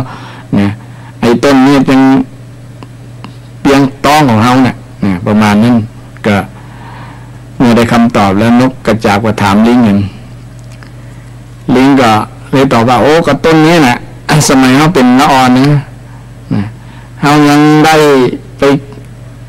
ครบยอดมันอยู่เนี่ยโดยบทต้องยื้อเลยแค่เพียงปากเขาพอดีประมาณนั้นพอได้คำตอบทั้งสองคนแล้วก็เลย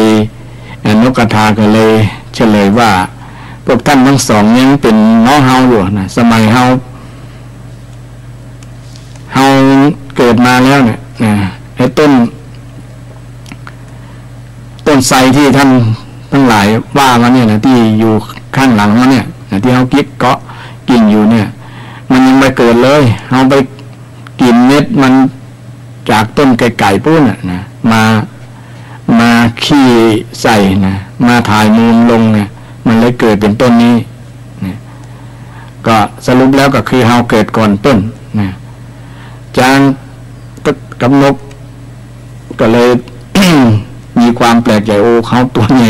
เขาน่าจะเกิดก่อนยังมีคนเกิดก่อนเราก็คือนกกระทาตัวนี้น้อยแสดงว่านกกระทานี่เป็นปี่นะต่อไปนี้เขาต้องให้ความเคารพกันนะความเคารพกันโดยวัยวุฒินะโดยวัยวุฒินะต้องห้องปี่ห้องตามวัยตามอายุที่เกิดก่อนนะตั้งแต่นั้นเป็นต้นมาก็ให้ความเคารพกันตามนั้นนะจางก็เป็นน้องสุดต้องนะลิงก็เป็นน้องคนที่สองกัดนกกระทานี่ก็เป็นปี่ใหญ่นะปี่ใหญ่เปิ้นตั้งแต่นั้นมาทั้งสามตัวนี้ก็ให้ความเคารพในวัยวุฒินะไม่วัยวุฒิที่มีประสบการณ์มากกว่าก็ทั้งสามคนก็อยู่ด้วยกันอย่างมีความสุขด้วยกันเคารพกันบ่เบ่งบ่อวดกันนะบ่อวดว่าคนนั้นมีความสามารถคนนั้นเกิดก่อนยังไม่ได้เถียงกันแล้วเพราะว่ามีรักมีฐาน ดีนกกระจาบได้ยก เรื่องต้นไทรมาเป็นข้อพิสูจน์มาเป็นหลักฐานว่าไผเป็นอ้ายใหญ่ไปเกิดก่อนเกิดหลังกันนี่อันนี้ก็เป็นสิ่งที่เป็นเรื่องนิทานที่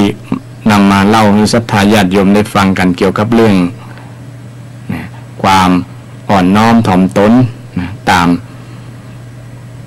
มความเหมาะสมตามวัยวุฒิคุณวุฒิบางครั้งเนี่ยก็ต้องรู้จัก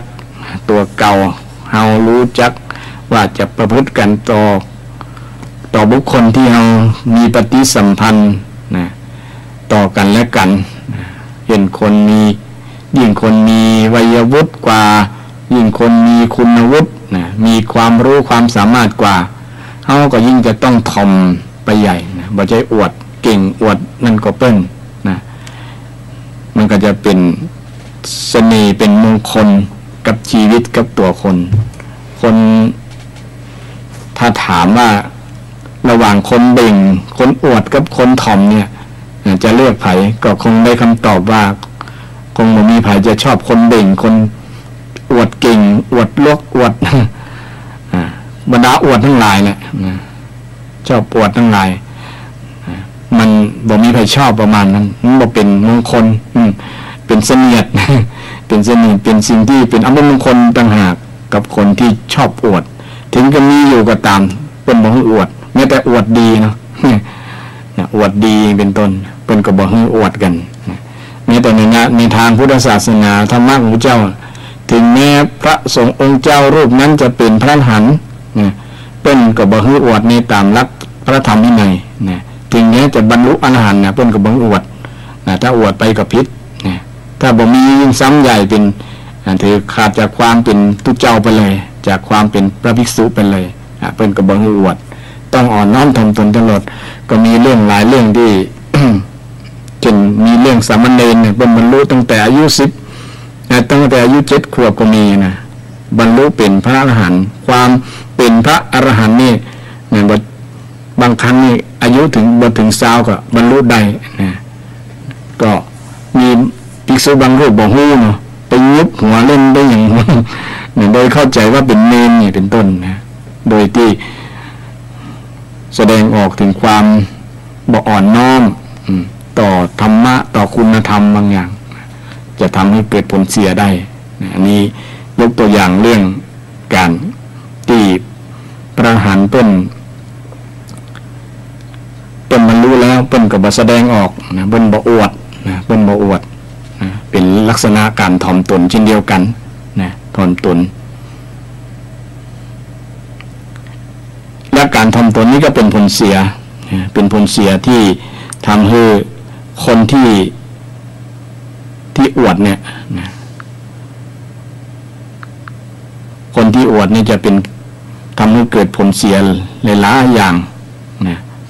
หลายๆอย่างคือหนึ่งทำให้เสียคนนะเสียคนคือบ่สามารถกลับมาอยู่ในร่องรอยเดิมเหมือนเดิมที่สำคัญทำให้เสียอนาคตได้นะทำให้เสียมิตรนี่แน่นอนนะคนทั่วไปที่จะสังคมกัน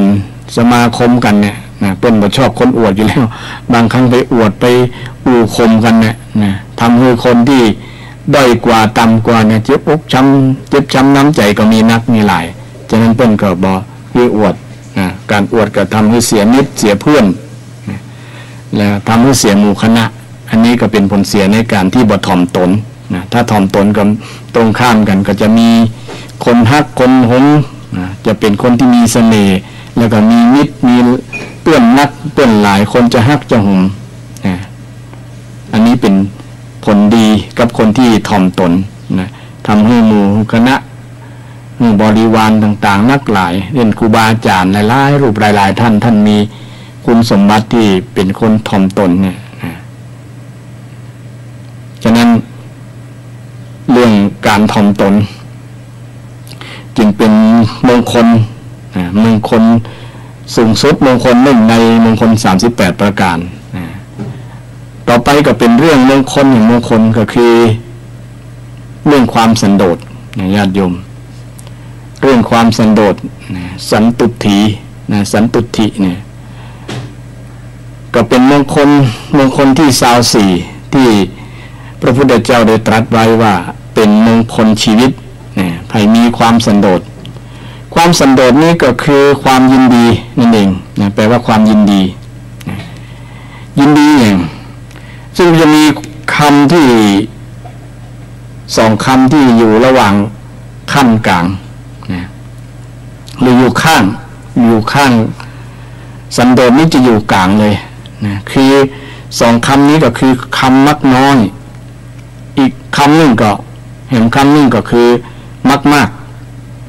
สันโดษนี้บ่ใช่มักน้อยแล้วก็บ่ใช่มักมากนะอยู่กึ่งกลางนะญาติโยมนะอยู่กึ่งกลางอยู่กึ่งกลางระหว่างความมักน้อยกับความมักมากไอ้มักมากนี่ยิ่งแล้วใหญ่มันห่างไกลครับมันอยู่ไกลกันเลยเกิน ตรงกันข้ามระหว่างสันโดษเลยแต่ไอ้มักน้อยมันอยู่ใกล้กันเลยเกินนะบางครั้งแทบจะแยกกันยากนะแต่ก็แยกได้อยู่เช่นอุปมาประไมยเวลาเรากินข้าวเนี่ยญาติโยมถ้าคนมากๆนี่มันจะกินจนกัดนะแต่คนมีสันโดษนี่จะกินพอดีกับต้องนะแต่คนที่มักน้อยเนี่ยกินไม่อิ่มเนี่ยหิว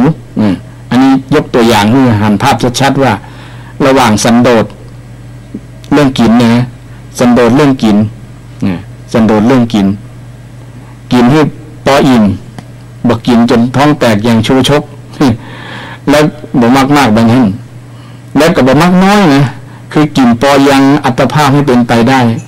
นะใน24 ชั่วโมงเนี่ยคืออาหารสารที่เรากินจากอาหารเนี่ยนะพลังงานเนี่ยนะสารและพลังงานที่เรากินเนี่ยมันต่อใจกับ24 ชั่วโมงเหมือนกับเราเติมน้ำมันรถเนาะ เติมน้ำมันเราจะไปไหนก็ต้องพอดีกับที่เราจุดมุ่งหมายที่เราจะไปนะก็เป็นลักษณะนั้นถ้าเติมนักไปมันก็จะล้นถังเต็มถังมันก็บอกมีที่ใส่แล้วนะบางครั้งเกินความจำเป็นแต่ถ้าใส่พอดีอย่างเช่นเราวิ่งไปกรุงเทพเนี่ยเราจะใส่กี่ลิตรเนี่ยมันประมาณนะเราต้องเติมตามนั้นนะถ้าใส่น้อยไปมันก็ไปบัดเติมเนี่ยอันนี้ฉันใดก็ฉันนั้นความหมายของเราว่ามากกับมักน้อยและสันโดษสันโดษจะอยู่กลางไงสันโดษจะอยู่กลางสันโดษจะพอดีคำว่าพอดีเนี่ยก็ต้องอธิบายว่าพอดีจะใดพอดีไผ่พอดีมันนั่นแหละแต่ความพอดีนี่จะอยู่ที่สติโดยญาติโยมสติอย่างเช่นเรากินข้าวตัวยี่ยกตัวอย่างว่ากินข้าวเนาะเนี่ยเรากินแล้วมีสติโอ้โหตัวรู้สึกระลึกได้ว่าเรากินนอกเนี่ยกี่คำ20 คำกัน20 ก้อนกันนะหรือว่า30 ก้อนพอดีกับกระเพาะอาหารพอดีกับท้องของเรานะบ่กินมากเกินไปนะถ้าเกินไปมันก็จะทำให้มันอาหารที่ผลิตออกมามันเกินความจำเป็นมันก็จะเป็นเรื่องของพลังงานที่เหลือเฟือเหลือใช้มันก็จะสะสมเป็นคนที่ขี้ปุ่มลามเป็นต้นเนี่ยเป็นคนตุ้ยนะมันก็จะเพิ่มพลังงานนั้นต่างๆมันก็ทำให้ร่างกายมันตุ้ยขึ้นมันเกินมากกินมากเกินไปเนี่ยถ้ากินน้อยก็ผอมลงมันใจบ่พอหรอกนะผอมลงต้องกินพอดีไผ่พอดีมันบางคนร่างกายตัวใหญ่หรอนะตัวใหญ่บางคนก็ตัวน้อยนะกระเพาะของไผ่ของมันพอดีนะเพราะว่าจะเอาปริมาณว่าเต้าอี้นะกินข้าวต้อง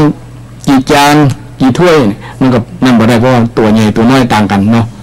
กับพอดีของไผ่ของมันเนี่ยอันนี้แหละคือสันโดษก็คือความพอดีนะ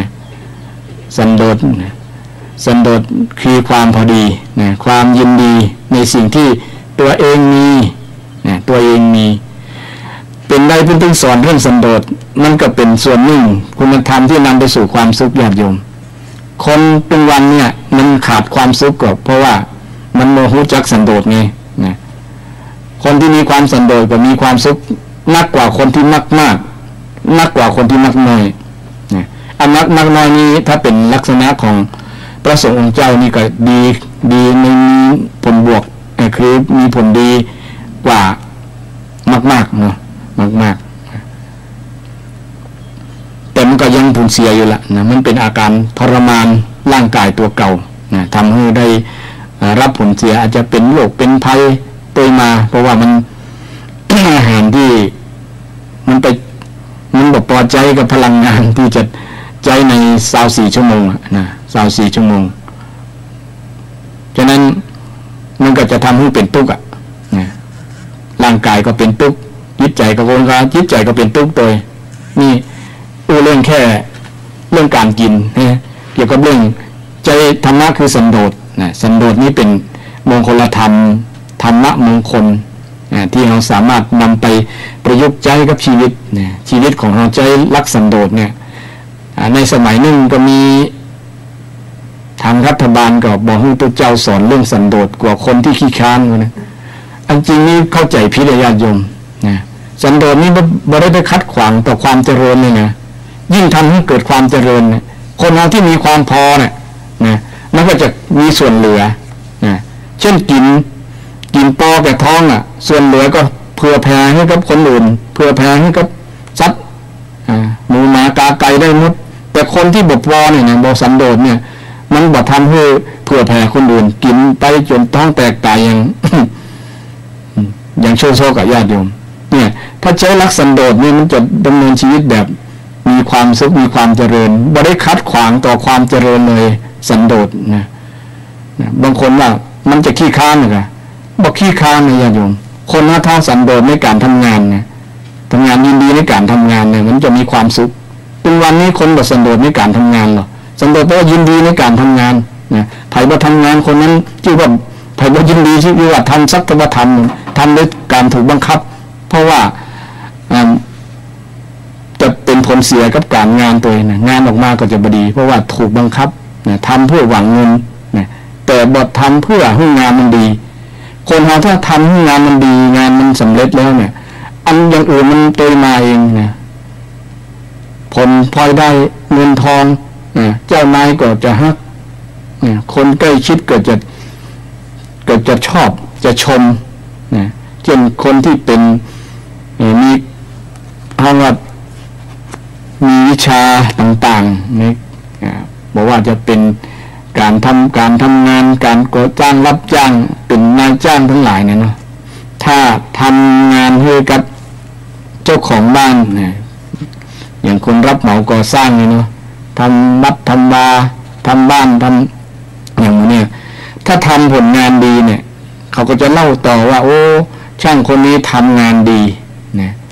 ทำงานดีผลงานออกมาดีงามนะตรงอกตรงใจนะทำบ่ใช่ว่าทำแบบสักว่าทำไปเรื่อยๆให้มันแล้วบ่ได้ให้มันตันเวลาบ่ถูกป๊อปอย่างประมาณนั้นนะเลยก็เป็นผลเสียถ้าคนที่ทำสักว่าทำนะทำว่าจะเอาให้มันตันเวลาเอาให้มันนะบางคนเอาเหมาหลายปีนึงโลภมากนะโลภมากเลยญาติโยมนะบางครั้งเนี่ยเอางานแบบตันทำให้งานที่ตัวเก่าไปฮับ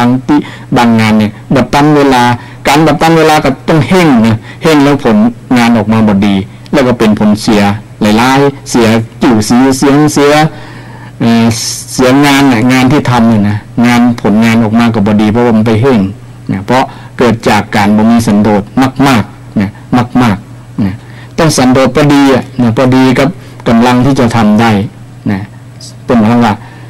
สิ่งที่ยินดีตามกำลังเนี่ยนะยถาพละสันโดษยินดีตามกำลังตามความสามารถกำลังสติปัญญามีมากใดเราทำได้มากใดก็ต้องทำความเข้าใจว่าตัวเก่ามีความสามารถ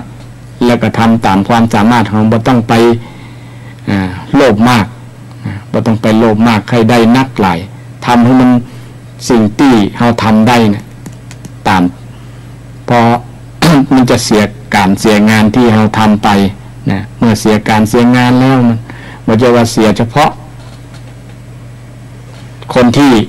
ทำงานนั้นนะเสียกับงานที่เราทำเจ้าของงานที่เราไปรับเหมานะมันก็จะเสียแล้วก็เสียชื่อเสียงในที่สุดบางครั้งก็บ่มีคนจ้างเพราะว่าบ่มีความสันโดษ เนี่ยสันโดษก็โยงไปถึงเรื่องการทำงานได้ญาติโยมนะโยงถึงการทำงาน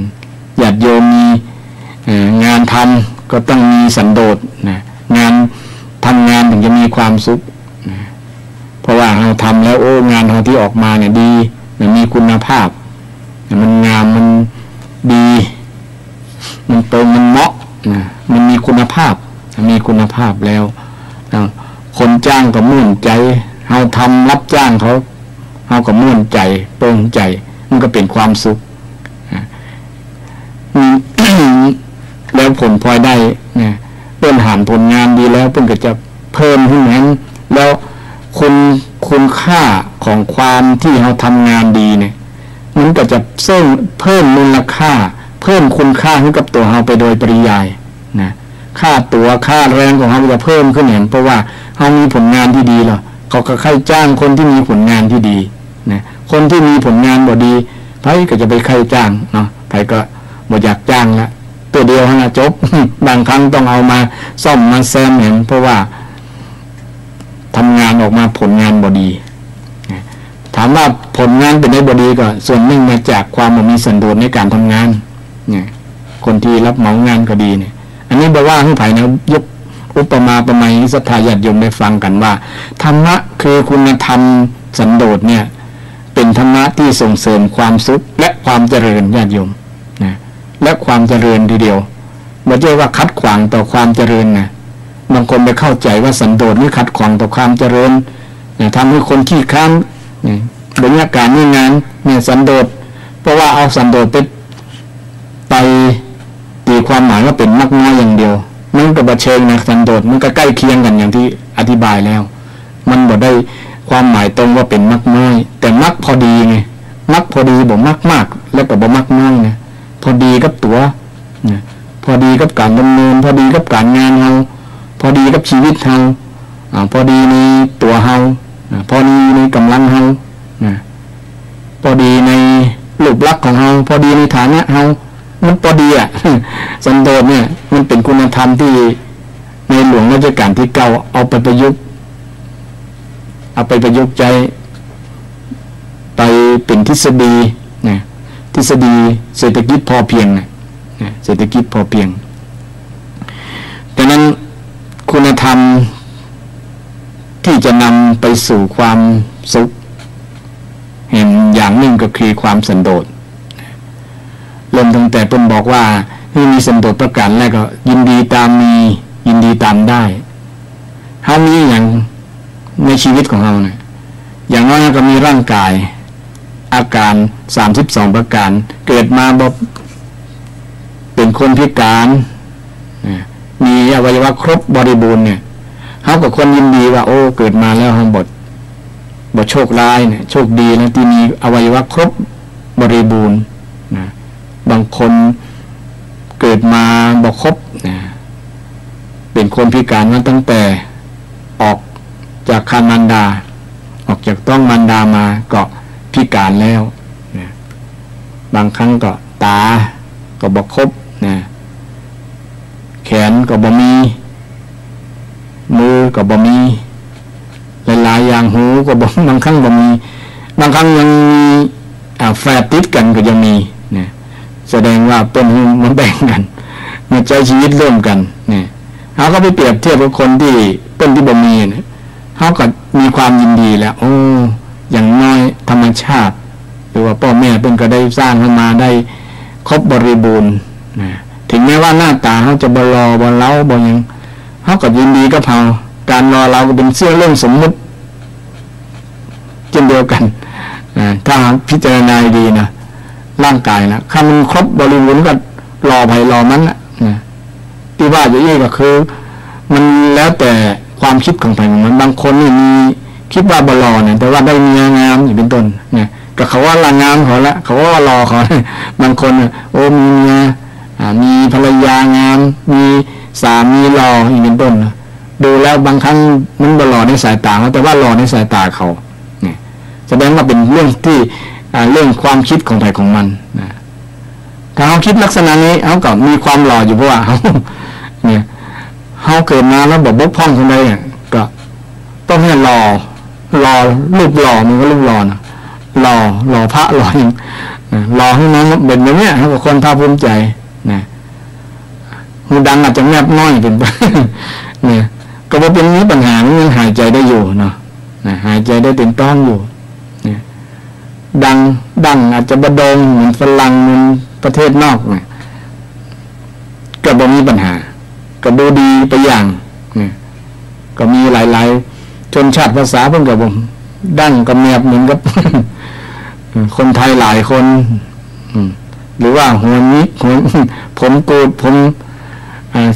หรือว่าผิวดำอย่างต่างๆเนี่ยมันเป็นสิ่งที่ธรรมชาติปรุงแต่งมาเราสร้างความยินดีกับเราสิ่งที่เรามีอยู่แล้วนะมันก็เป็นความสุขโอ้เกิดมาแล้วเราบอกพิการก็มีความสุขได้นะอย่างต่อมาเนี่ยพ่อแม่ปั้นขึ้นมาพวกเนี้ยนะก็มีความภาคภูมิใจแล้วนะแต่บางคนอยากจะเกิดมาค่อยสูง ค่อยเป็นแบบดาราเนี่ยเมื่อคิดแบบนี้บ่พอใจมันก็เริ่มเป็นทุกข์แล้วหรอนะบ่พอใจสิ่งที่พ่อแม่สร้างขึ้นมาเนี่ยมันเป็นทุกข์แล้วเนี่ยเริ่มเป็นทุกข์แล้วบางคนเกิดมาแล้วกินนักเนี่ยบ่มีสันโดษในเรื่องกินเนี่ยกินนักแล้วก็ตุ้ยขึ้นนะบ่พอใจละจะลดน้ำหนักกินไปซื้อยาซื้ออย่างก็เป็นทุกข์กันละเนี่ย ก็มาจากพฤติกรรมที่เราบ่พอใจในสิ่งที่เรามีเราเป็นนะเราเป็นอยู่นะเป็นคนเป็นลูกของพ่อแม่เนี่ยเราก็ควรภาคภูมิใจว่าเรามีพ่อมีแม่เรามีพี่มีน้องนะที่สำคัญเราเป็นชาวพุทธเราเป็นชาวพุทธเราก็ถือว่าโชคดีแล้วเกิดมาพบพุทธศาสนาก็ถือว่าเรามีคุณธรรมที่เรียกว่าสันโดษ นะถ้าเราสร้างความพอใจสร้างความสุขให้เกิดขึ้นแค่เปลี่ยนวิธีคิดนะวิธีคิดการเปลี่ยนวิธีคิดให้มีสันโดษเนี่ยมันเป็นการสร้างความสุขให้กับตัวเก่าเฮาญาติโยมนะสร้างตัวเก่าเฮาแต่บ่ได้ว่า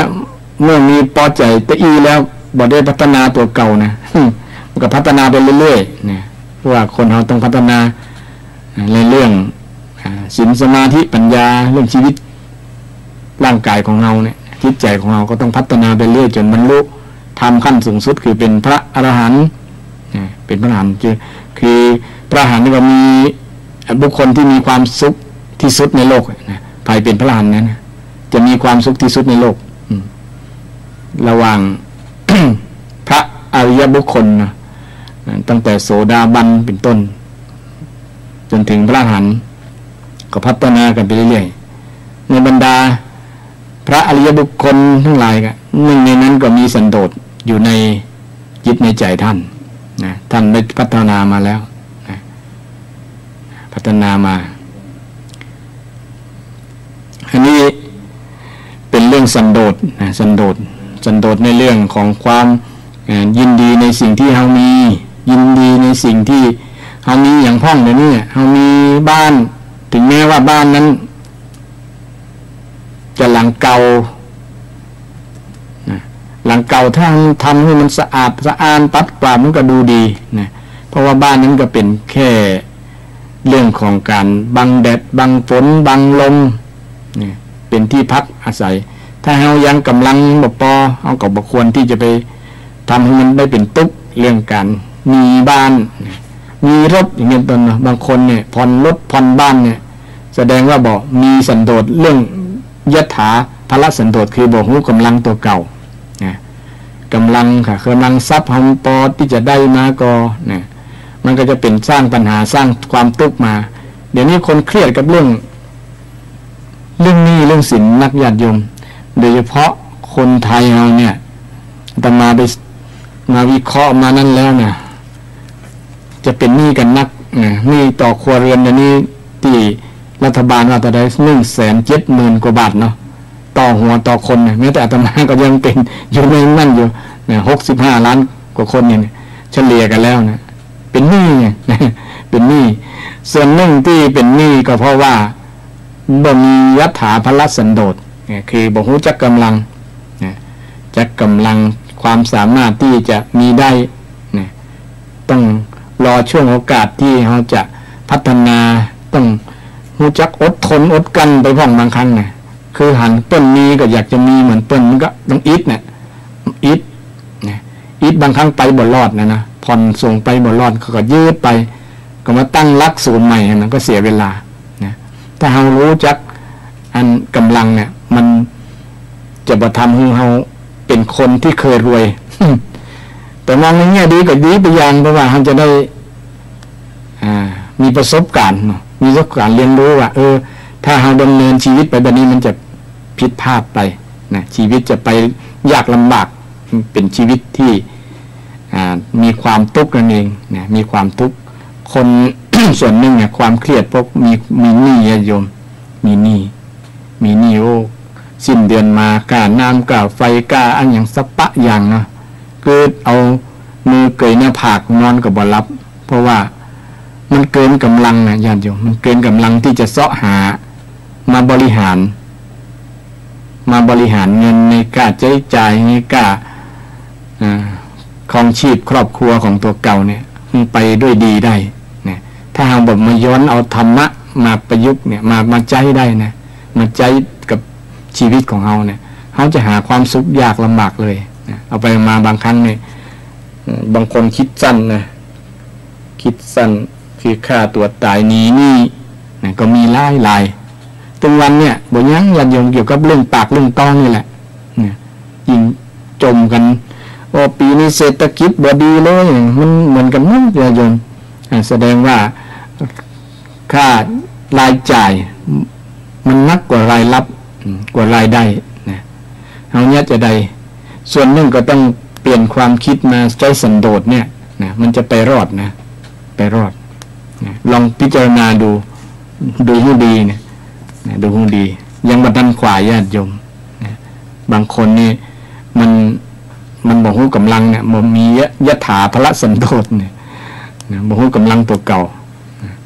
และข้อหนึ่งยถาสารุปสันโดษอันนี้ก็สำคัญนะยถาสารรูปเนี่ยบ่ฮู้สารรูปตัวเก่าเนี่ยนะต้องยินดีในรูปในความเหมาะสมในเพศในวัยนะเนาะเหมาะสมเขาเปิงก่อนว่าจะดำเนินชีวิตแบบนี้เนี่ยยินดีเช่นคนแก่คนเฒ่าไปยินดีแบบละอ่อนมันก็บ่เปิงเนาะนะบ่เปิงหรือบางคนไปใส่ชุดเสื้อบางเครื่องตกแต่งบางอย่างหันต้นใส่งามแต่ตัวเก่าจะไปใส่เหมือนต้นนี้ต้นนะมันก็บอกเป็นสารรูปสารูปยถาสารุปสันโดษเนี่ยสารรูปเนี่ยสารรูปคือตัวเฮานั่นแหละนะบุคลิกร่างกายของเฮาเนี่ยต้องยอมรับนะหรือว่า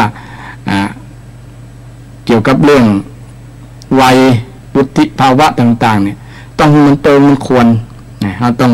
ยินดีนะเฮาก็ต้องรู้ตัวเฮาเป็นพ่อเป็นแม่คนแล้วเนาะเฮาก็ต้องปฏิบัติแบบนี้ยินดีตามความเป็นพ่อเป็นแม่นะบ่จะไป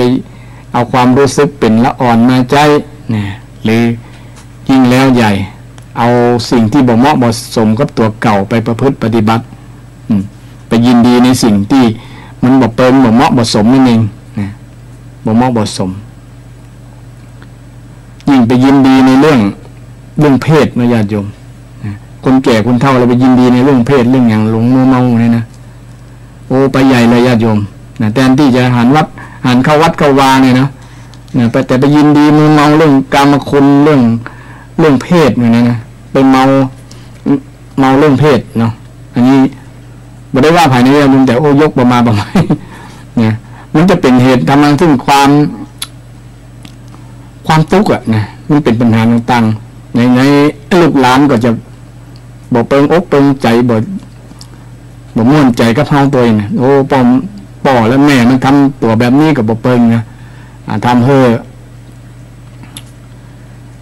ครอบครัวหวั่นไหวคลอนแคลนได้บ่อบอุ่นได้ควรจะเข้าวัดเข้าวายินดีในเรื่องบุญเรื่องกุศลเนี่ยไปยินดีในเรื่องบุญเรื่องกุศลดีกว่าคนที่มีอายุแล้วควรจะให้มันเปิงสารรูปตัวเก่าเปิงวัยเข้าวัดฟังธรรมฟังเทศน์ไปถือศีลภาวนาเป็นลักษณะนั้นถ้ามีความคิดแบบนี้นะก็จะทำให้เรามีความสุขมีความยินดีกับยถาสารุปสันโดษในสารรูปในวัยในเพศของเราให้มันเปิงอันนี้ยกตัวอย่างเรื่องเกี่ยวกับเรื่องสันโดษสันโดษให้ศรัทธาญาติโยมได้ฟังกันก็มีนิทานเรื่องสันโดษ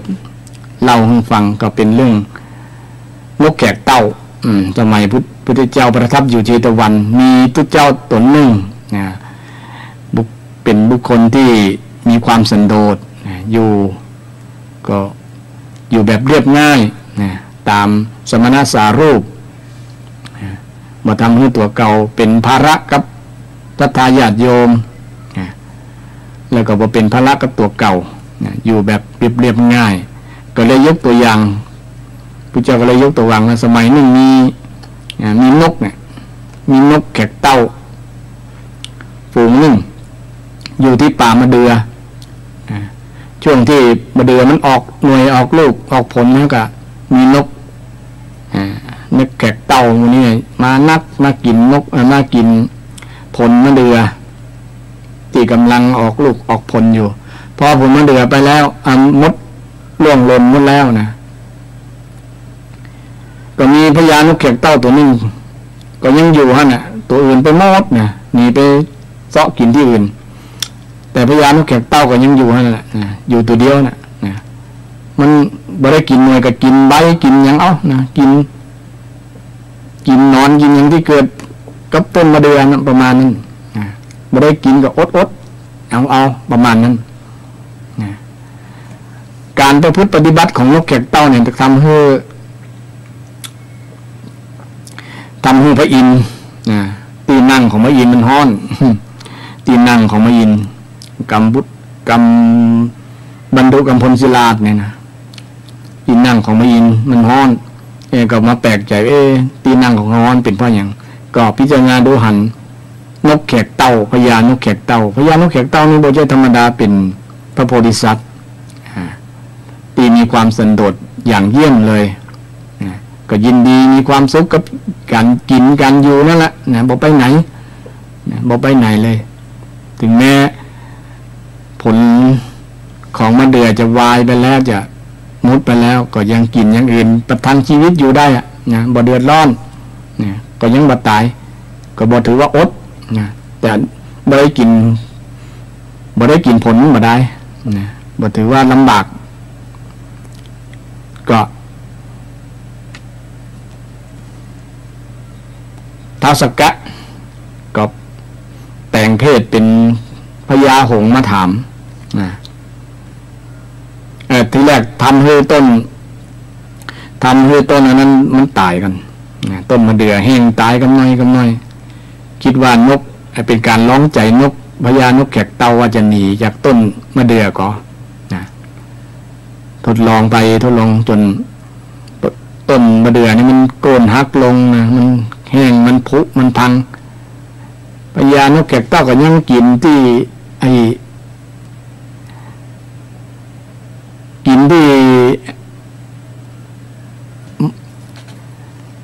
มันพุมันพังนั่นแหละนะต้นที่มันพุมันพังจิกกินนะกินเป็นอาหาร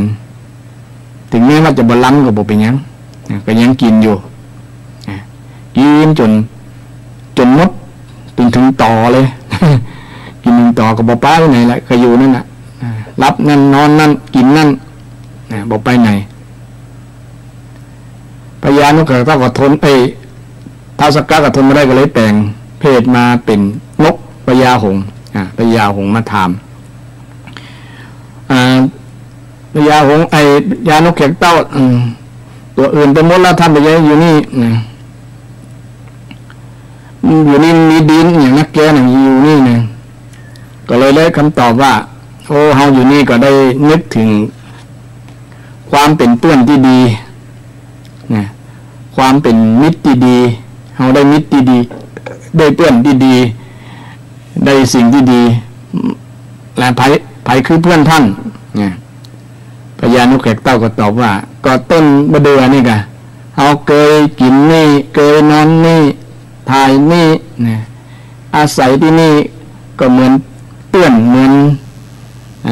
มิตรที่ดีเฮานะเป็นที่พึ่งอาศัยเฮาได้เฮาก็บ่ละไปไหนละนะถึงเพื่อนจะตายเฮาก็ขอจะตายอยู่นี่ประมาณนั้นนะพญาหงส์ฟังแล้วก็ซึ้งใจนะซึ้งใจก็เลยประทานพรตั้งแต่นี้ไปท่านก็บ่ต้องไปไหนแล้วครับจะให้พรท่านโดยเสกคือนิรมิตให้ต้นมะเดื่อคืนชีพมามีหน่วยดกมีอย่างเก่าอันนี้ก็เป็นการเล่าเรื่องว่าเรื่องของความสันโดษของพญานกแขกเต่าเนี่ยมีผลทำให้แม้แต่พญาอินทร์ก็ยังได้ชื่นชมยินดีในความประพฤติปฏิบัติของพญานกแขกเต่าบ่ได้ละทิ้งขว้างไปไหนบ่ได้ไปแสวงหาที่ไหนก็อยู่นั่นได้ด้วยความดีงามด้วยความบ่เป็นทุกข์นะอยู่ได้นะบ่เป็นทุกข์อันนี้เป็นเรื่องชาดกสมัยพุทธกาลพระองค์ได้เล่าเปรียบอุปมาประไมยภิกษุที่มีความสันโดษเหมือนกับพญานกแขกเต่าสมัยอดีตมีตุเจ้าบางรูปพระสงฆ์บางรูปบางตนอย่างพระมหากัสสปะเนี่ยเนาะเป็นกับทุดงคุณก็มีหนึ่งในนั้นกับมีความสันโดษในเรื่องทุดงคุณทุดงคุณก็มีทั้ง13ประการญาติโยมมีการบิณฑบาตเป็นวัดฉันในบาตเป็นวัดนอนคลองผ้าบางสกุลเป็นวัดคำว่าทุดงไม่ใช่หมายความว่าทุกเจ้าแบกกฎนี่ญาติโยมทุดงนี่ว่าองค์คนที่ปฏิบัติพิเศษกรณีพิเศษ มันเป็นการคัดเกลากิเลสของตุเจ้านะฉะนั้นเวลาหันตุเจ้าหรือว่าพระสงฆ์องค์เจ้าแบกกฎก็ควรอนุโมทนาสาธุในญาติโยมเนี่ยเพิ่นบางครั้งเพิ่นบอกได้อาศัย เพิ่นบ่ได้อาศัยรถนะเพิ่นเตียวเอาเนี่ยเพิ่นก็เป็นการถือธุดงค์อย่างนึงนะถ้าเพิ่นไปขึ้นรถเนี่ยแสดงว่าเพิ่นอาจจะ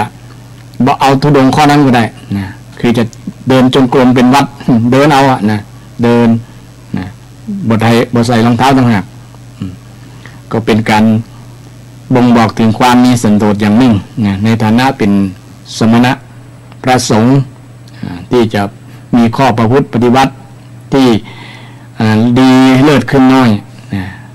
กรณีพิเศษเช่นบิณฑบาตนะบิณฑบาตเป็นวัดก็บ่บิณก็บ่มีปัญหาเพราะว่า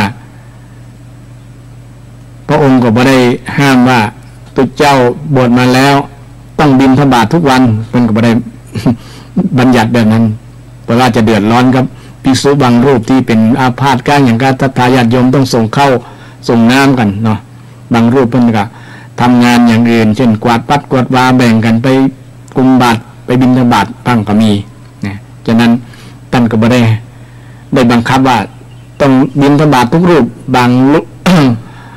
บางคนบางท่านก็เข้าใจว่าตุเจ้าจะขี้ข้านอย่างประมาณนั้น ก็บอกถึงกับนั้นญาติโยมบางครั้งท่านก็อาจจะมาทานบิณฑบาตช่วงเวลานิ่งก็ได้นะหรือว่าบิณฑบาตตลอดตลอดปีตลอดนั่นก็ได้นั่นก็เป็นธุดงค์ขวัตอย่างหนึ่งนะในการบิณฑบาตก็เป็นองค์ธุดงค์อย่างหนึ่งญาติโยมใน13อย่างนะการฉันเข้าในบิณฑบาตฉันเข้าในบาตรฉันเข้าที่บิณฑบาตมาแล้วก็ฉันในบาตรบ่ต้องใจถ้วยใช้ช้อนอย่างมันยากนะ เอานั่นเลยทั้งหวานทั้งข้าวนะอยู่ในบาตรเลยนะก็ล้างบาตรเกลี่ยเดียวจบบ่ต้องยากยุ่งยากก็เป็นหลักการอย่างดีอย่างนึงนะกับการธุดงค์แต่ถึงวันนี้ก็มีศรัทธาญาติโยมนิมนต์ไปฉันไปรับภัตตาหารทั้งนอกอันนี้พระองค์ก็ทรงอนุญาตได้แต่บ่เป็นธุดงค์เพิ่นมองบ่ธุดงค์การไปรับนิมนต์ทั้งนอกนะแต่ถ้าเป็นธุดงค์ก็คือฉันในบาตรฉันในบาตรแล้วก็บิณฑบาตบิณฑบาตทุกวันก็โปรดเข้าใจว่ามันก็เป็นธุดงค์อย่างหนึ่งการ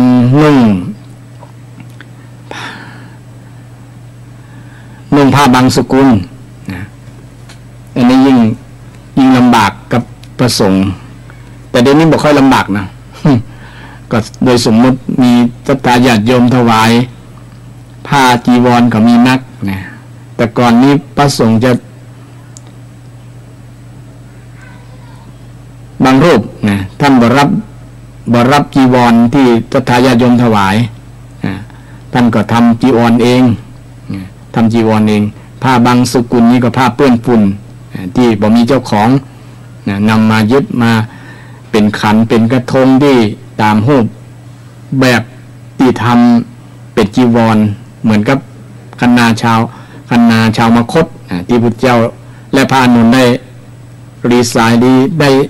ได้ออกแบบให้เป็นรูปของผ้าจีวรเป็นขัน5ขัน7ขันเป็นต้นตามรูปร่างของภายของมันรูปร่างใหญ่น้อยก็มีหลายขันน้อยเป็นต้นอันนี้ก็เป็นเรื่องธุดงค์ขวัตมันเกี่ยวเนื่องกับเรื่องสันโดษเรื่องสันโดษของที่โดยเฉพาะของเป็นตุเจ้าศรัทธาญาติโยมจะนำมาประยุกต์ใช้ก็ได้นะโดยเฉพาะเรื่องการใช้ผ้านะ การใช้ผ้าเนี่ยในประวัติทางพุทธศาสนาเนี่ยมีพระเจ้าอุเทนนี่ถวายผ้าแก่พระอานนท์500 ผืนนะผ้า500 ผืนพระเจ้าอุเทนก็สงสัยว่าผ้า500 ผืนเนี่ยจะเอาไปถวายตุเจ้าที่ไหนไปล่ำนะตุเจ้าที่มีครบ500กับประมาณนั้น จะถามสงสัยเนาะเพราะว่าพระราชาบางพระองค์เนี่ยก็มีสติปัญญาในการสงสัยที่จะทวนถามพระสงฆ์องค์เจ้าผ้าหนึ่งก็ตอบว่าผ้า500 ผืนเนี่ยจะนำไปให้พระเจ้าที่มีผ้าเก่าแล้วพระเจ้าที่มีผ้าเก่าเจ้าไปให้ไผ่เจ้าอุเทนถามตอบผ้าหนึ่งก็ตอบว่าก็เอาผ้าเก่าเนี่ยไปให้ผ้าที่เก่ากว่าพระเจ้าที่มีผ้าเก่ากว่าเนี่ยอ้าวแล้วพระเจ้าที่มีผ้าเก่ากว่าแล้วจะไปเอาไปไหนผ้านั้นน่ะผ้าตุเจ้าที่มีผ้าเก่ากว่าก็จะเอาไปแปลงเพดานแปลงเพดานกันแมงกันยังลมมาใส่ตาประมาณนั้นแล้วผ้านั้นเก่าจะเอาไปยังย่อยขนาดละก็ตอบว่าเอาไปเป็นผ้าปูที่นอนผ้าปูที่นอนเก่าเนี่ยยังก็เอาไปผ้าเป็นผ้าเช็ดเท้าผ้าเช็ดเท้าเก่าจะเอาไปยังก็เอาไปตำไปโคลกในครกนะแล้วก็ผสมกับดินแล้วก็ไปฉาบเอาไปฉาบฝากุฏิพระเจ้าอุเทนได้ฟังผ้านี้เขาถวาย500 ผืนเนี่ยเป็นประโยชน์ชั้นเยี่ยมเลยนะบ่เสียเปล่าสักผืนนะมีประโยชน์แก่พระคุณเจ้าและแก่เสนาสนะคือบทเสียเปิงอกเปิงใจนะแล้วก็ปรารถนา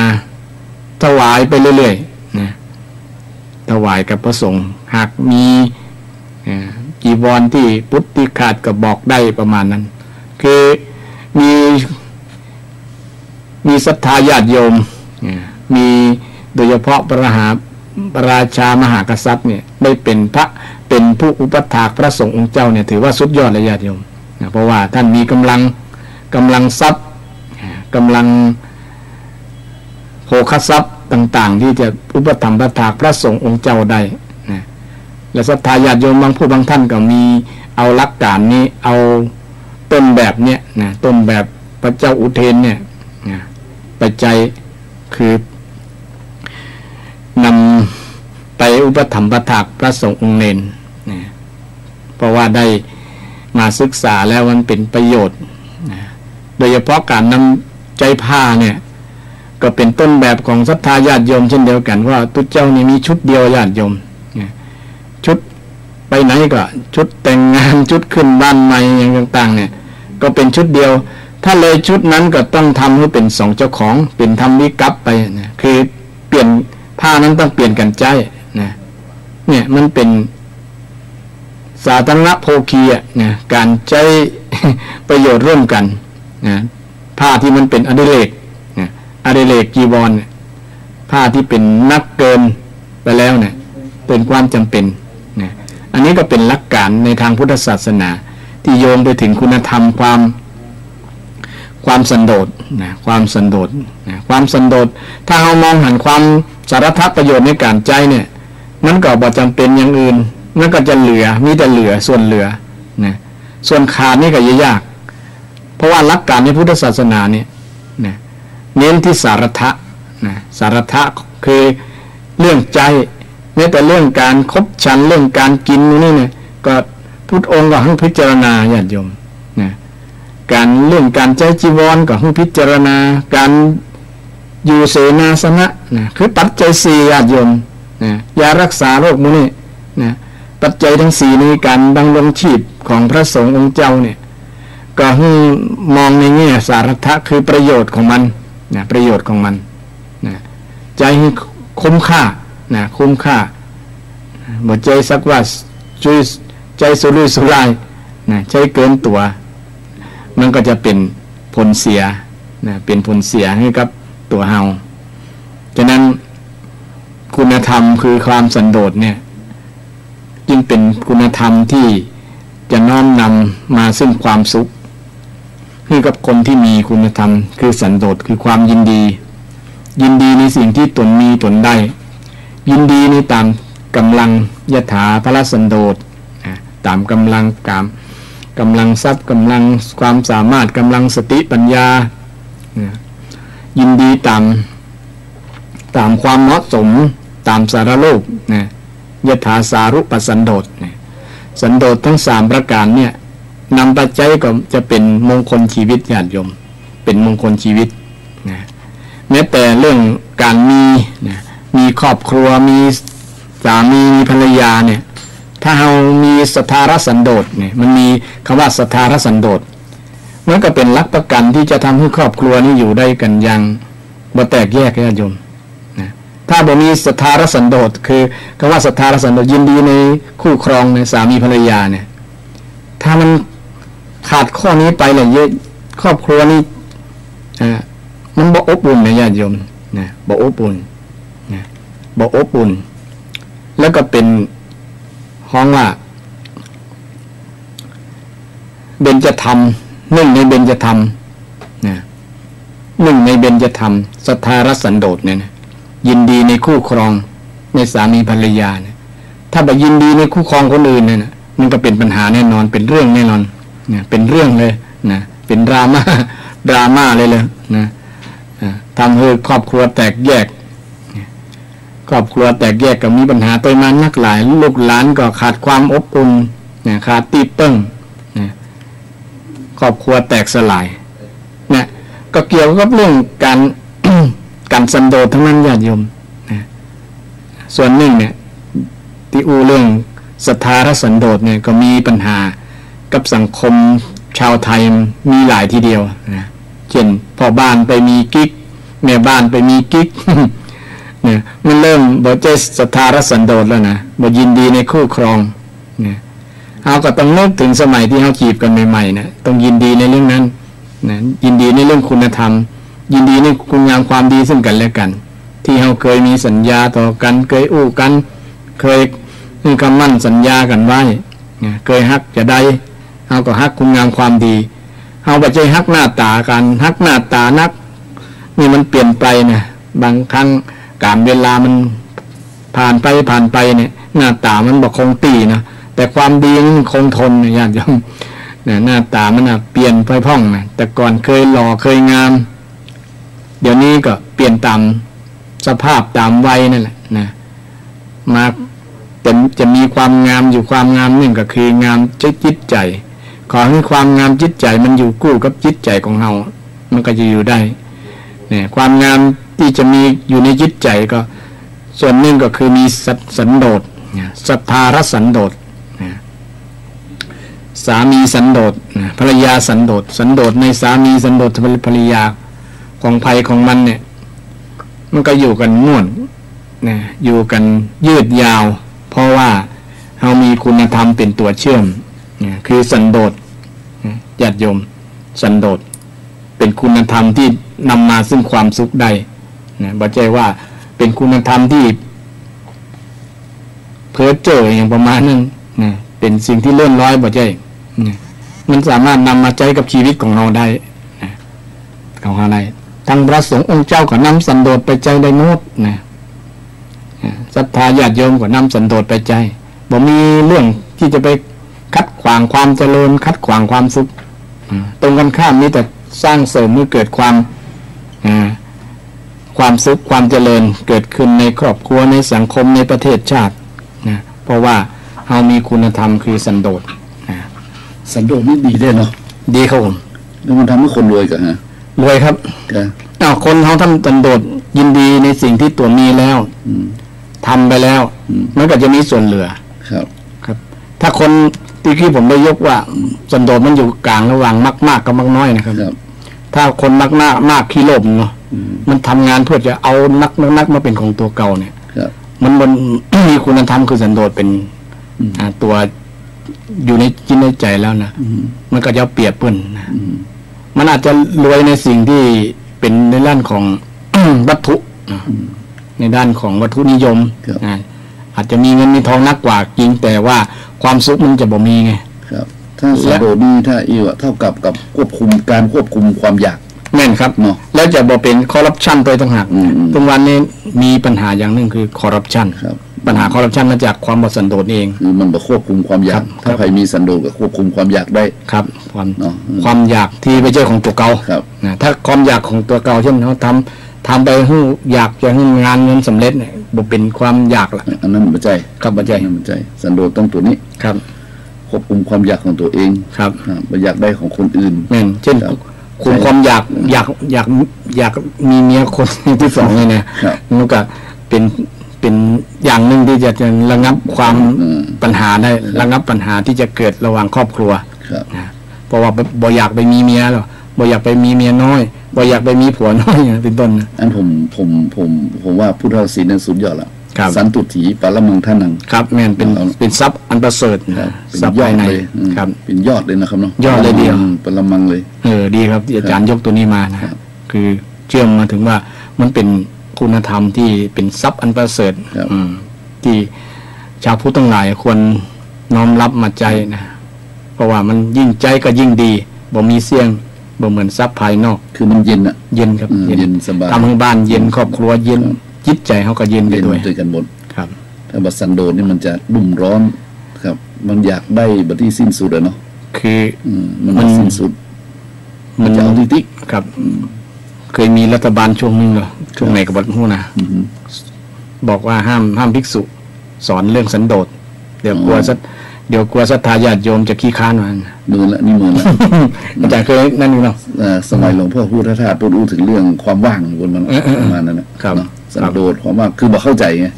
คนบ่เข้าใจมั้งฮะสันโดษโดยใช้ขี้เกียจงอตีนงอมือไม่ใช่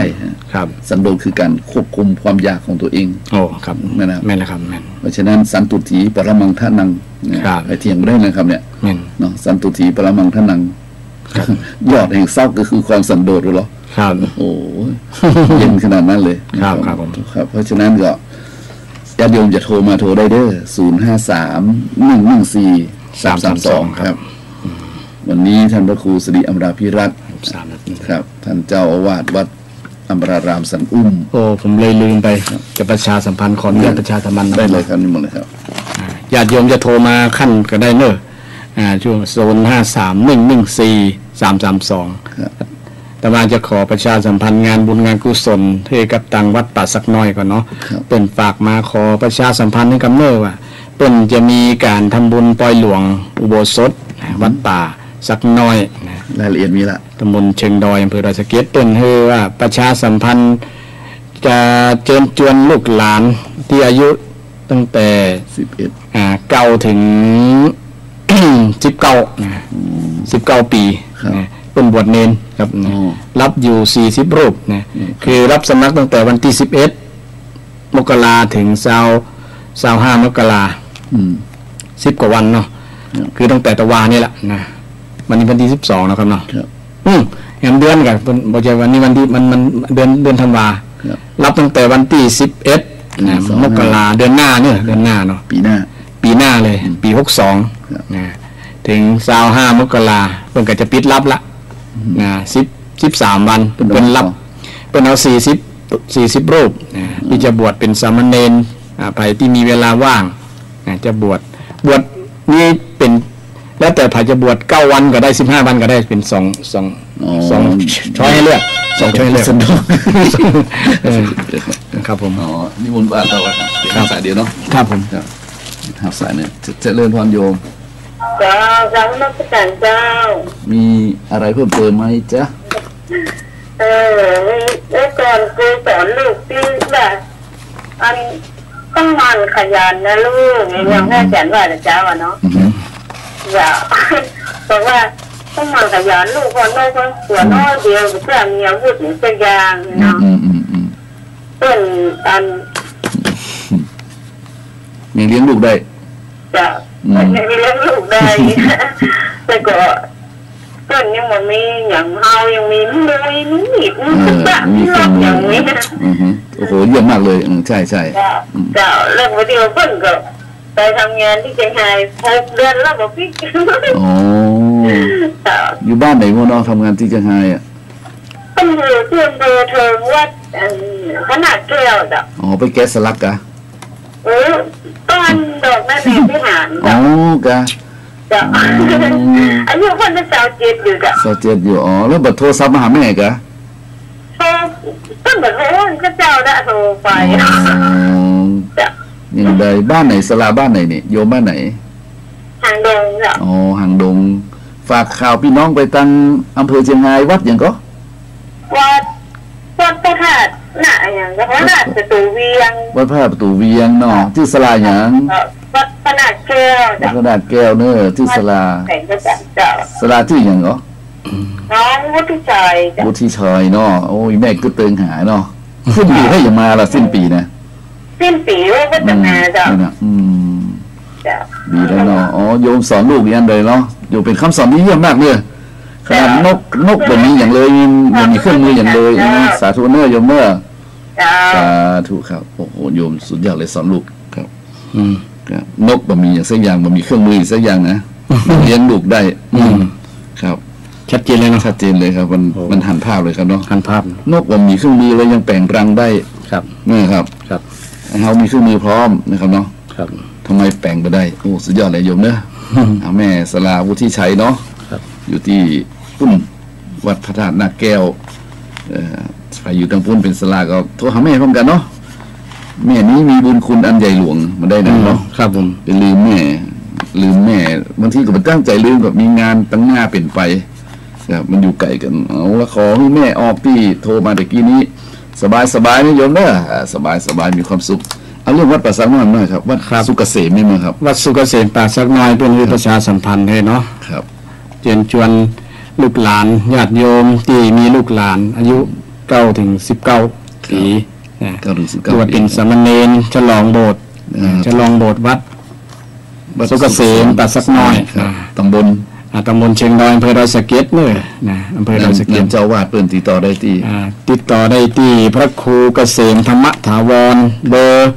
094 638 9343 094 638 9343เนาะเบอร์เจ้าวาดเลยเนาะเบอร์เจ้าวาดเลยติดต่อโดยตรงเปิ้นจะบวชวันที่31 มกราถึง14 กุมภาวันวาเลนไทน์วันความรักพอดีค่าใช้จ่ายมีครับค่าใช้จ่ายนี้บวชฟรีแต่ศรัทธาญาติโยมท่านใดอยากจะเป็นเจ้าภาพก็ชุดละ900ประมาณนะ900ชุดเป็นเจ้าภาพผมภาพบริขารโอ้สาธุครับดีมนจองเลยผมว่าจองเลยครับมีคณะแทนท่านอาจารย์พระครูเกษมท่านอาจารย์พระครูประภัสชัยคุณรับเป็นเจ้าภาพ1 ชุดนะ900 บาทครับเดี๋ยวจะเจอกันแล้วลืมทวงเนี่ยครับผมประเดิมเนาะครับสาธุเป็นว่าบุญอะไรไม่ยิ่งใหญ่เท่าบุญบรรพชากับเกือบลืมไปว่าเป็นประชาสัมพันธ์อย่าลืมนะ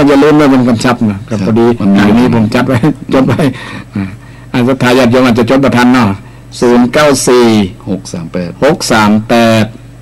9343พระครูเกษมธรรมถาวรเนี่ยวัดป่าสักน้อยใครให้ลูกหลานไปบวชช่วง15 วัน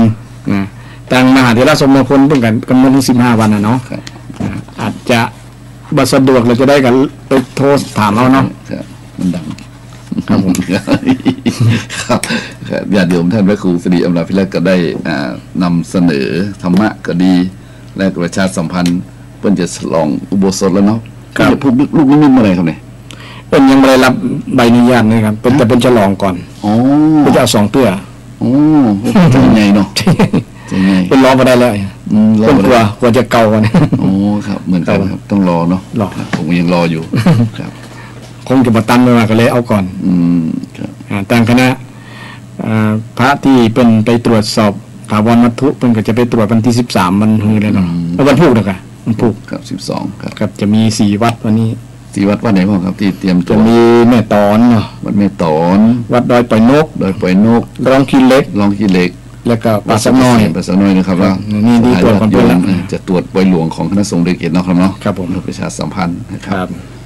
ครับงานประชาสัมพันธ์ก็ฝากได้เนยโยมเนี่ยแต่จังอุธรรมะเพลินเนาะ ครับแม่ละผมเรื่อง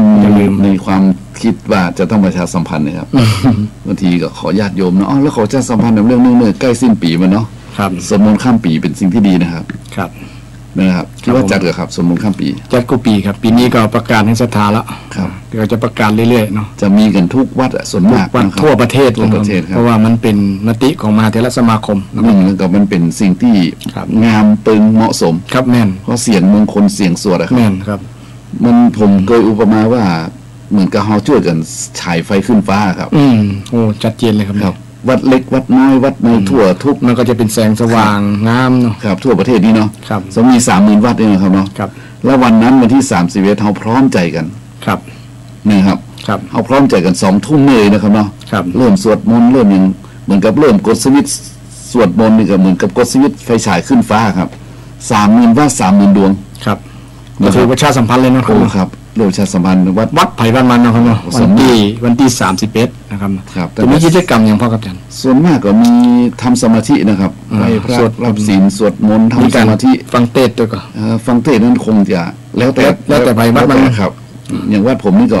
มีทำสมาธิครับทำสุภิหลักนะครับไหว้พระรับศีลสวดมนต์นี่นะครับเนาะแล้วก็นั่งสมาธิเดินจงกรมเอาบทอย่างสวดพ่อครับผมเขียนไว้ในหนังสือสวดมนต์นะมีแล้วเนาะครับมีแล้วครับเป็นเอากุปีแบบนั้นเลยครับเอากุปีเลยฮะบางทีเอาที่โยมสวดง่ายๆแต่บ่ลืมก็คือพุทธคุณธรรมคุณสังคุณเอา3 จบ 9 จบก็ครับเป็นหลักแล้วเนาะครับบางทีก็เอาเต้าอายุของเจ้าวาดก็อย่างครับพุทธคุณนี่นะนี่ก็108เลยครับเนี่ยมันจับกับเวลาที่นั่นพอดีเขาก็คำนวณเวลาตัวครับเสร็จแล้วก็ลงสืบชะตาให้โยมเลยครับอินตะจาตาเทวจาตานั่นนะครับมันก็เป็นการสวดมนต์ที่เรียกว่ามันเพิ่มศรัทธาเพิ่มประสาทะนะครับเนาะแล้วไปเสริมถ้าตามความเชื่อของทุกคนคือการไหว้พระสวดมนต์นี่นะครับเนาะการไหว้พระสวดมนต์การสวดมนต์นี่จึงเป็นสิ่งที่ดีอยู่แล้วครับแน่นอนแล้วเราไปดูความหมายในพระปริตแต่ละบทนะครับมันมีทั้งการแผ่เมตตาให้แก่สรรพสัตว์ทั้งหลายจิตวิญญาณทั้งหลายเนาะนั่นก็เป็นการสืบศาสนาโดยตรงเลยหรอครับบนลักษณะหนึ่งโดยตรงใช่ครับบนอย่างเนาะที่ว่าสืบศาสนาแฮมก็เป็นคำสอนเป็นพุทธพจน์ทั้งนั้นครับไม่นะเป็นความหมายที่ดีอ่ะเป็นความหมายอย่างที่ว่าบางบทบางตอนก็เป็นการสรรเสริญคุณพระรัตนตรัยนะครับเนาะบางบทบางตอนก็เป็นการแผ่เมตตาให้แก่สรรพทิมวิญญาณทั้งหลายอย่างบทกรณีวิรูปเขนะครับเนาะเนี่ยบางบทก็เป็นบทธรรมะเองครับ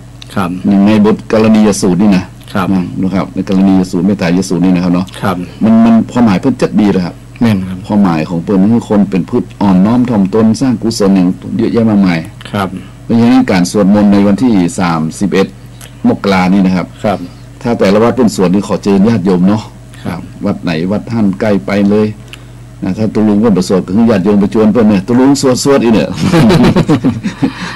นะครับก็ครูบาอาจารย์ก็เป็นพร้อมอยู่แล้วนะครับเนาะพร้อมอยู่แล้วญาติโยมไม่ต้องไปคำนวณว่าไม่ต้องไปกังวลว่าจะดึกจะเดินเนาะมันก็บัดดึกก็เดินกันไปสักตี 1ก็จบกันหมดแล้วครับส่งท้ายปีเก่านะเที่ยงคืนตี 1เนี่ยครับตี 1ก็หมดละลงท้ายด้วยการบิณฑบาตนะทำทานน้ำมันอย่างน้อยบนวิหารผมนะที่วัดปักเสาน้อยนะบิณฑบาตเมื่อคืนครับบิณฑบาตเมื่อคืนนะครับบิณฑบาตตอนตี 1นะครับส่วนมากก็เป็นวัตถุดอกไม้อย่างที่มันเป็นของแห้งของที่โยมบางคนไม่เตรียมมานะครับเพิ่นเตรียมมาเลยนะครับเป็นหัวมันเกินแล้วนะครับเพิ่นเกยเพิ่นเตรียมมาเลยเพิ่นเตรียมมาเขาก็บางอย่างเดินบิณฑบาตเสร็จนะครับเนาะเป็นนมกล่องเป็นอะไรอย่างที่เพิ่นสามารถใส่ได้ครับก็ถือว่าเป็นให้มันองค์ประกอบทานศีลภาวนาสวดมนต์เนี่ยครับอย่างนั้นก็เป็นใกล้สิ้นปีนะตามเขานับกัน12 เดือนตอนนี้ก็หมดไปละ147 วันเนี่ยตั้งแต่1 มกราคมจนถึงวันที่12นี่นะครับเหลือ18-19 วันนะโยมเนี่ยจะครบ365 วันละเพราะฉะนั้นชีวิตเราได้กำไรหรือว่าขาดทุนเจ้ากะว่าเจ๊งกะว่าเจ๋งนะครับแต่เจ้าของอู้เป็นภาษาง่ายๆโยมชัดเจนนี่เนาะกำไรหรือขาดทุนทีนี้ท่านพระครูในปีนี้ขาดทุนหรือกำไรครับเจ้ากะว่าเจ๊งกะว่าเจ๋งเรื่องอย่างที่ขาดทุนผมก็ต้องถามท่านพระครูขาดทุนชีวิตมีอะไรไหมไม่มี ถ้าเป็นเรื่องอายุนี่ต้องขาดนี่นะขาดไปเรื่อยๆครับ คือมันหายอายุที่กำหนดว่า100 ปีเนี่ยหายไปแล้วปีละครั้งแล้วปีแล้วนะลดน้อยลงไปครับเขาได้ทุนมาเท่าไหร่หมูเนาะทุน80ทุน100นะครับเขาก็หายไป1 ปีแต่อู้ถึงเขาได้กำไรปีนี้ได้กำไรถ้าถามว่าประสบการณ์นี่ได้กำไรประสบการณ์ชีวิตเพิ่มขึ้นประสบการณ์ชีวิตครับมันต้องอบรมบ่มเพาะกันไปเรื่อยๆครับบางทีเพราะฉะนั้นการที่หมู่เฮาศรัทธาญาติโยมนะครับได้สนับสนุนพระพุทธศาสนานะครับเนาะด้วยการฮือทานพ่องด้วยการสมทานศีลของภาวนาพ่องนะครับช่วยกันบำรุงสมาธิพราหมณ์พ่องบำรุงวัตถุทายทานอย่างต่างๆเนี่ยศาสนาวัตถุนี่นะครับเฮาก็ถือว่าเฮาช่วยกันในช่วงชีวิตของเฮาครับในช่วงชีวิตของเฮาสมมติว่าชีวิตเฮา50 ปี100 ปีนะครับเนาะเฮาก็ได้ทำละได้ทำแล้วบางคนก็ทำเต็มที่บางคนก็ปานกลางบางคนทำได้น้อยเดียวนะครับเนาะทีนี้ใครเตือนญาติโยมว่าอย่าประมาทนะครับอย่าประมาทกับการใช้ชีวิตนะครับเนาะเพราะการประมาทกับการใช้ชีวิตนี่มันบอกเข้าท่าเลยครับบอกประมาทบอกประมาทก็คือบอกประมาทนะครับบอกประมาทเนี่ยครับเลี้ยงชีวิตด้วยความบอกประมาทครับถ้าคนประมาทนี่มันคือคนบอกประมาทนี่ก็คือคนมีสติอยู่ตลอดสติก็คือแปลว่านึกได้ว่าเวลานี้เขาควรทำนี่เนาะเวลานี้เขาแก่แล้วเนาะเวลานี้เขาจะเป็นโรคเป็นภัยก็ประมาณนั้นนะเกี่ยวกับเรื่องการเวลาเรื่องความเจ็บป่วยได้ใครเขาบอกคนไปรักษาเรื่องนี้เพราะว่ามัน ผ่านไปเกี่ยวกับเรื่องเวลาเวลานี้เขาขับรถอยู่น้อยประมาณหูตัว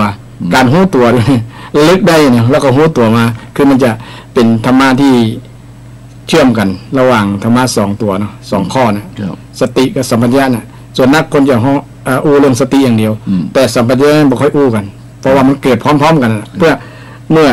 นึกได้มันก็หูตัวทันทีครับมันหูตัวเชื่อมมาต่อกันเลยมันขาดกันไม่ได้ธรรมะข้อ2 ข้อนี่ครับสติสัมปชัญญะครับถ้าคุณหูตัวกับคุณระลึกได้ละแต่คุณระลึกได้คุณหูตัวละครับมันลึกได้นั้นลืมเกิดไปนี้พอนึกได้แล้วก็หูเลยทีเอาถอดไป500เนี่ยนี่เริ่มมีสติแล้วมีสติมันเป็นเนื้อเดียวกันครับเส้นที่แบ่งกันบางเบามากแทบจะไปเห็นต้องใจระลึกเอานะครับเนาะเหมือนกับว่าทุกข์กับสุขเนี่ยครับเนาะดีกับชั่วรู้ตัวว่าคราวนี้เขากำลังแยกการเสี่ยงแล้วเนี่ยเดี๋ยวมันจะพลาดนี่แสดงว่ามีสติบ่ประมาทละครับอย่างผมก็เคยประมาทบทเรียนครับผมนั่นแหละเพราะฉะนั้นก็ต้องมีปัญญานะครับเนาะพิจารณาถึงสังขารตัวอย่าได้ไปโลภจนเกินไปอย่าได้โกรธจนเกินไปนะครับเนาะอย่าได้ไปหลงจนเกินไปคำว่าถ้ามันเกินไปนี่มันเกินสันโดษหรอครับผมมันอาจจะอุทิศสันโดษนะครับเนาะถ้ามันโลภโกรธหลงมากเกินไปมันเลยสันโดษไปเนี่ยมันก็เลยกลายเป็นความทุกข์ร้อนจนลืมไปว่าที่สุดมานะครับทั้งหมดทั้งมวลนี้นะครับเมื่อเฮาแตกสลายตายไปในครั้งหน้าเนี่ยมันก็ทิ้งไว้กับโลกนี้หมดครับนั่นเนาะเอาไปก็ใจได้นะครับอย่างที่โบราณเป็นจังหวะไปโลภโมโทสันมันอย่างปร่ำปรืออย่างนี้ครับเนาะเอาพอดีพอเหมาะกะอย่างนี้ครับมันอยู่กันสบายทีนี้คนเฮามักจะเลยครับเลยลืมไปประมาทไปมันได้พิจารณานะครับระลึกบ่ได้นึกบ่ได้ระลึกบ่ได้สัมปชัญญะก็บ่มีคนที่สุดมาก็เลยกว่าหูคิงน้ำปิงบ่แห้งครับกว่าถั่วสุกงาไหมไม่เห็นลงศพไม่หลั่งน้ำตาพิจารณาทางกรรมบ่ตันเลยครับมันสายไปเพราะฉะนั้นอย่าได้ประมาทกับชีวิตนะครับอย่าได้ประมาทกับชีวิตที่โยมโทรมาจะดีนะโยมเนอะที่โยมสอนลูกเลยนะสอนลูกจะดีแม่แต่นกยังเลี้ยงลูกได้นะครับแม่แต่นกมันยังเลี้ยงลูกได้นะเรามีเครื่องไม้เครื่องมือรับภาษาอย่างนี้เนาะสุดยอดเลยโยม053-114-332ถ้าโยมอยากจะโทรมาตอนนี้อาตมาภาพพระครูพัชยคุณกับท่านพระครูศรีอมราภิรัตน์วัดอมราภิรัตน์นะวัดอมรารามสันอุ้มกำลังจัดรายการนะเสียงธรรมเพื่อสืบสารนะครับเสียงธรรมบันดาลใจเสียงธรรมเพื่อสืบสารและเพิ่มแรงบันดาลใจวัดชัยสถานนี่แก่ญาติโยมทั้งหลายในคลื่นธรรมะนะคลื่นวิทยุพระพุทธศาสนาชาติและสังคมวัดฝ่ายหิน 104.5 สกรรมก็จะได้นำรายการนี้จากไปละญาติโยมหลายเพิ่นฮื้อไปถึงเวลา 16:50 แล้วตอนนี้นะครับครับอันนี้ก็เป็นเวลาที่เพิ่นฮื้อยาวมาก 2 โมงถึง 5 โมงแล้วมันเป็นช่วงบ่ายครับของวันพุธอาจจะมีญาติโยมฟังพ่องบ่ฟังพ่องก็แต่รายการอยู่นี่มันก็เสนอไปนะครับเนาะเสนอไปนะคือเหมือนกับว่าเสียงลมนะครับ เสียงลมที่เป็นมงคลนะครับมันจะมีตัววัดว่าคนฟังนักบ่หลายมันก็แล้วแต่รายการเนาะรายการคล้ายๆว่าเรตติ้งเรตติ้งครับอันนี้ต้องถามทางสถานีนะครับมันต้องมีชี้วัดเราอย่างสถานีโทรทัศน์นี่นะทีวีเนาะเป็นวัดกันได้หรอว่ามันขึ้นแสดงว่าคนฟังคนดูนะครับมันอาจจะมีลักษณะนั้นก็ได้ช่วงนี้คนฟังขึ้นสูงครับก็หน้านี่เหมือนเนาะเพราะมันจะมีเครื่องส่งเครื่องรับเนาะครับถ้าเครื่องรับมันพีคเนาะครับมันสูงขึ้นก็อาจจะวัดได้อยู่นะครับมีคนเปิดนักๆกันเนาะครับเหมือนน้ำประปาเราเปิดพร้อมกันมันอ่อนเนาะรู้สึกเลยว่าตัวนี้คนใจเยอะครับครับเพราะฉะนั้นญาติโยมฟังแล้วก็ดีวันนี้ถ้าญาติโยมมาโทรมาบอกเป็นอย่างแต่จะขอบอกสุดท้ายว่าบัตรสุดท้ายในท้ายปีนี้นะปีนี้ยังจะมีทำนะครับมีครับในรอบนี้ก็จะ5 โมงเลยนะครับเนาะบอกว่าพระเจ้าเป็นว่าสหายเป็นมิตรของคนผู้มีความต้องการเกิดขึ้นนะครับสหายนี่นะครับเป็นมิตรของคนผู้มีความต้องการเกิดขึ้นคือต้องการอะไรอย่างต้องการทำงานอันใดอันหนึ่งชิ้นใดชิ้นหนึ่งเนี่ยเขาเนาะหรือกิจกรรมอันใดหนึ่งเนี่ยครับถ้าเรามีกิจกรรมเขาต้องการสหายนะครับเนาะเป็นว่าสหายจึงเป็นมิตรของคนผู้มีความต้องการแต่เวลามีการกิจกรรมเกิดขึ้นบอกว่างานขึ้นใหม่แต่งงานศพงานเป๊กงานบวชนะครับเนาะงานทุกอย่างเราต้องมีมิตรมีเพื่อนอุปมานี้ฉันใดเป็นว่านะอุปมานี้ฉันใดบุญทั้งหลายที่ตัวเก่าทำนั้นก็จะเป็นมิตรในโลกหน้าครับท่านพระครูครับเป็นมิตรเป็นเพื่อนแท้เนาะครับเป็นเพื่อนเดินทางไปโลกหน้าเพราะฉะนั้นคนที่บ่ประมาทก็คือครับอยู่ในปัจจุบันนี้ก็ถนอมน้ำใจมิตรไว้นะครับเพื่อจะได้ช่วยเหลือเจือจานตอนมีงานมีกรรมเกิดขึ้นนะครับและแถมยานี่ก็บ่ประมาทเรื่องบุญนะครับอุตส่าห์สั่งสมบุญไปจะไปคิดว่าโอ้เฮาบ่เคยหันใครที่ทำบุญไปแล้วเปิ้นตายเปิ้นมาบอกล้ออีนะจะไปคิดอย่างนั้นนะครับเนาะเพราะบางทีระยะอย่างสิ่งที่เฮาหมู่หานมันเยอะครับเนาะนี่อย่างที่เฮาบ่หันกันเฮาฮู้กันนี่บ่สามารถอธิบายได้ก็ยังมีอีกเยอะมากมายเพราะฉะนั้นคนตายบอกว่าทำดีหรือทำชั่วก็บ่หันมาบอกบางคนรู้ว่าเลยใจอ่อนเรื่องบุญนะครับนะครับถ้ามันยังเนี่ยไรบ่หันมาบอกเลยเพราะฉะนั้นก็จะไปคิดอย่างนั้นนะถ้าคิดอย่างนั้นจะทำให้โอกาสหรือความกระตือรือร้นที่อยากจะทำบุญเนี่ยมันลดน้อยลงไปครับแล้วเพลิๆกับมาทำเนี่ยสักกรรมไปครับปุ้นตอนเจ็บไข้ได้ป่วยปุ้นครับมาแล้วตอนนั้นครับกำเมืองว่านะครับสุมาเลยครับขี่รถหาขอนเนี่ยนั่นนะครับตอนนั้นแหละครับต้องเสาะบัตันนะครับเสาะบัตันละเสาะบุญบัตันละบุญเตื่อมบุญบัตันบุญช่วยบัตันละยมอย่าว่าเดี๋ยวนี้มันมีห้องสุขานักว่าต้องในร่นละนั่นเป็นอุปมาครับอุปมาคือคนบัดเตรียมอะครับบัดเตรียมพร้อมอะครับบัดไว้มีขุดบัดได้มีหลุมบัดมีอย่างไว้สักอย่างนึงอะครับเนี่ยบางทีมันต้องเตรียมขอนไว้หรอกสมัยก่อนต้องเตรียมขอนเตรียมหลุมครับเป็นถึงคนประมาทครับมันบัดเตรียมสักอย่างเลยครับเมื่อบัดเตรียมสักอย่างเนี่ยกำมือก็ได้เอาเหตุการณ์มาเล่ามาบอกเป็นภาษิตครับคนประมาทก็คือคนประเภทนะครับขี่รถหาคอนนั่นนะครับเอาใจเป็นมันยังเหมือนกับมดต้องใต้ต้องเหนือด้วยนะมันหาคอนนั่นกันมันเป็นสาคนแล้วนะถ้าทางใต้ดีกว่าเขาสารกรอกหม้อเขาสารกรอกหม้อครับเขาสารกรอกหม้อคือถ้ามันมดแล้วไปซ่อหางกำนั่นแหละถ้ามันมดแล้วไปซ่อหาถ้าบ่มดแล้วบ่ซ่อครับเอาไว้หาเลี้ยงเป็นวันๆเลยครับนี่ตกอยู่ในความประมาทเนาะความประมาทแม่นแต่นั้นเห็นที่ยี่อุบถึงประมาทเนาะแล้วก็มีบางคนสตาบางคนเนาะถ้าสตังหมดหลักเรื่องถึงไปซ่องงานเห็นแต่ตังนี้บอกไปละเนี่ยกินจนหมดเลยบุญเก่าหมดแล้วกันเลยก็ได้กินจนหมดแล้วไปซ่อดีเนาะถ้าบงมีงานแย่เลยนะครับโอ้นี่อันตรายเนอะฉะนั้นมันคืออันตรายอะไรคือถ้าเกิดบาดเจ็บเราครับเนาะถ้าได้ป่วยเราเนาะบ่เผื่ออนาคตเนาะนะครับเจ้าผมก็อู้ไปกันว่าคนที่ประมาทแบบนี้อยู่นี่มีแต่เจ๊งนี่เนาะ ครับมีแต่เจ๊งกับเจ๊งคือประมาทอยู่เนี่ยบควันขวายดิ้นรนเนี่ยนะครับผลที่สุดมาที่เป็นพุทธเจ้าเพิ่นปูมาว่าเหมือนนกยางแก่ไงครับนกยางแก่ๆบ่มีแห้งไงครับตกอยู่ในหนองน้ำแห้งบ่มีปลาผมอู้ประโยคนี้บ่อยมากเลยครับประโยคที่ผมชอบมากเลยที่เตือนคนมือประมาทนี่นะครับท่านพระครูคิดดูว่านกยางมันแก่ไหมครับแก่แล้วมันคำโบราณว่าแก่แล้วดักเหี้ยบ่หมานี่มั้งครับมันสมสารไปไหนนกยางมันแก่มันบ่มีแห้งอ่ะมันตกอยู่ในหนองน้ำแห้งเนี่ยครับอาจารย์นั่นเนาะน้ำซ้ำแห้งตัวนั้นบ่มีปลาได้มาโอ้โหเลยครับคือคนประมาทปล่อยวันเวลาผ่านไปนะครับด้วยบ่คิดถึงประโยชน์ในโลกนี้และโลกหน้านะครับผมอู้ถึงประโยชน์โลกนี้โลกหน้าเด้อเจ้านะเพราะฉะนั้นมันก็มีแต่เจ๊งกับเจ๊งเนี่ยครับ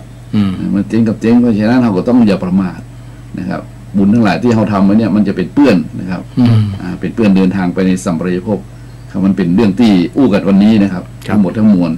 เพราะฉะนั้นวันนี้ก็ต้องขอบคุณท่านพระครูสิริอมรพิรัตน์นะครับครับผมขอบคุณทางสถานีเนาะครับทางสถานีพระครูสมุวิศวะวรกิจโจเลยครับแล้ววันพุธหน้านี่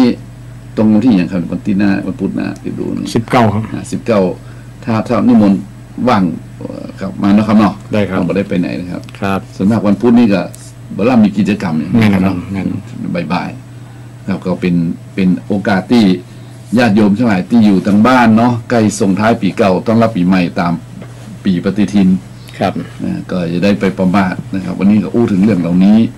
ชีวิตเราเดินทางมาจนถึงจะครบปีแล้วนะครับครับผมได้กำไรหรือขาดทุนนั่นของตัวเองคนเดียวนี่นะครับเพราะฉะนั้นวันนี้ธรรมภาพทั้งสองก็ขอนำรายการ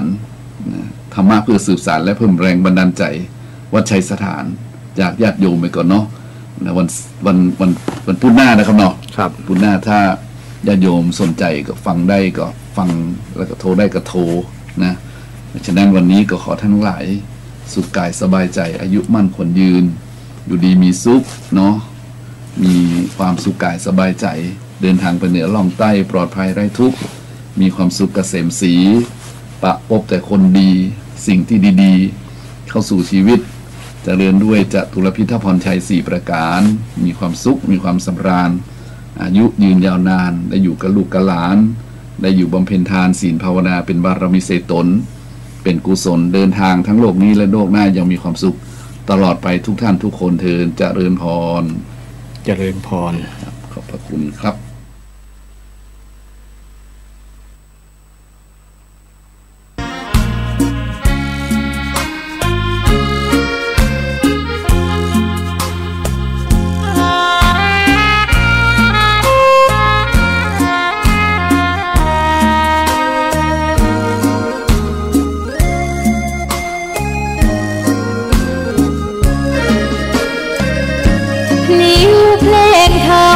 ถูกถ้อยคำเข้าถึงจิตใจฟังรายการวิทยุเสียงใสส่งถึงใจไปสู่ปลายนาสารธรรมน้อมนำมองพระศาสดาบอกผู้คน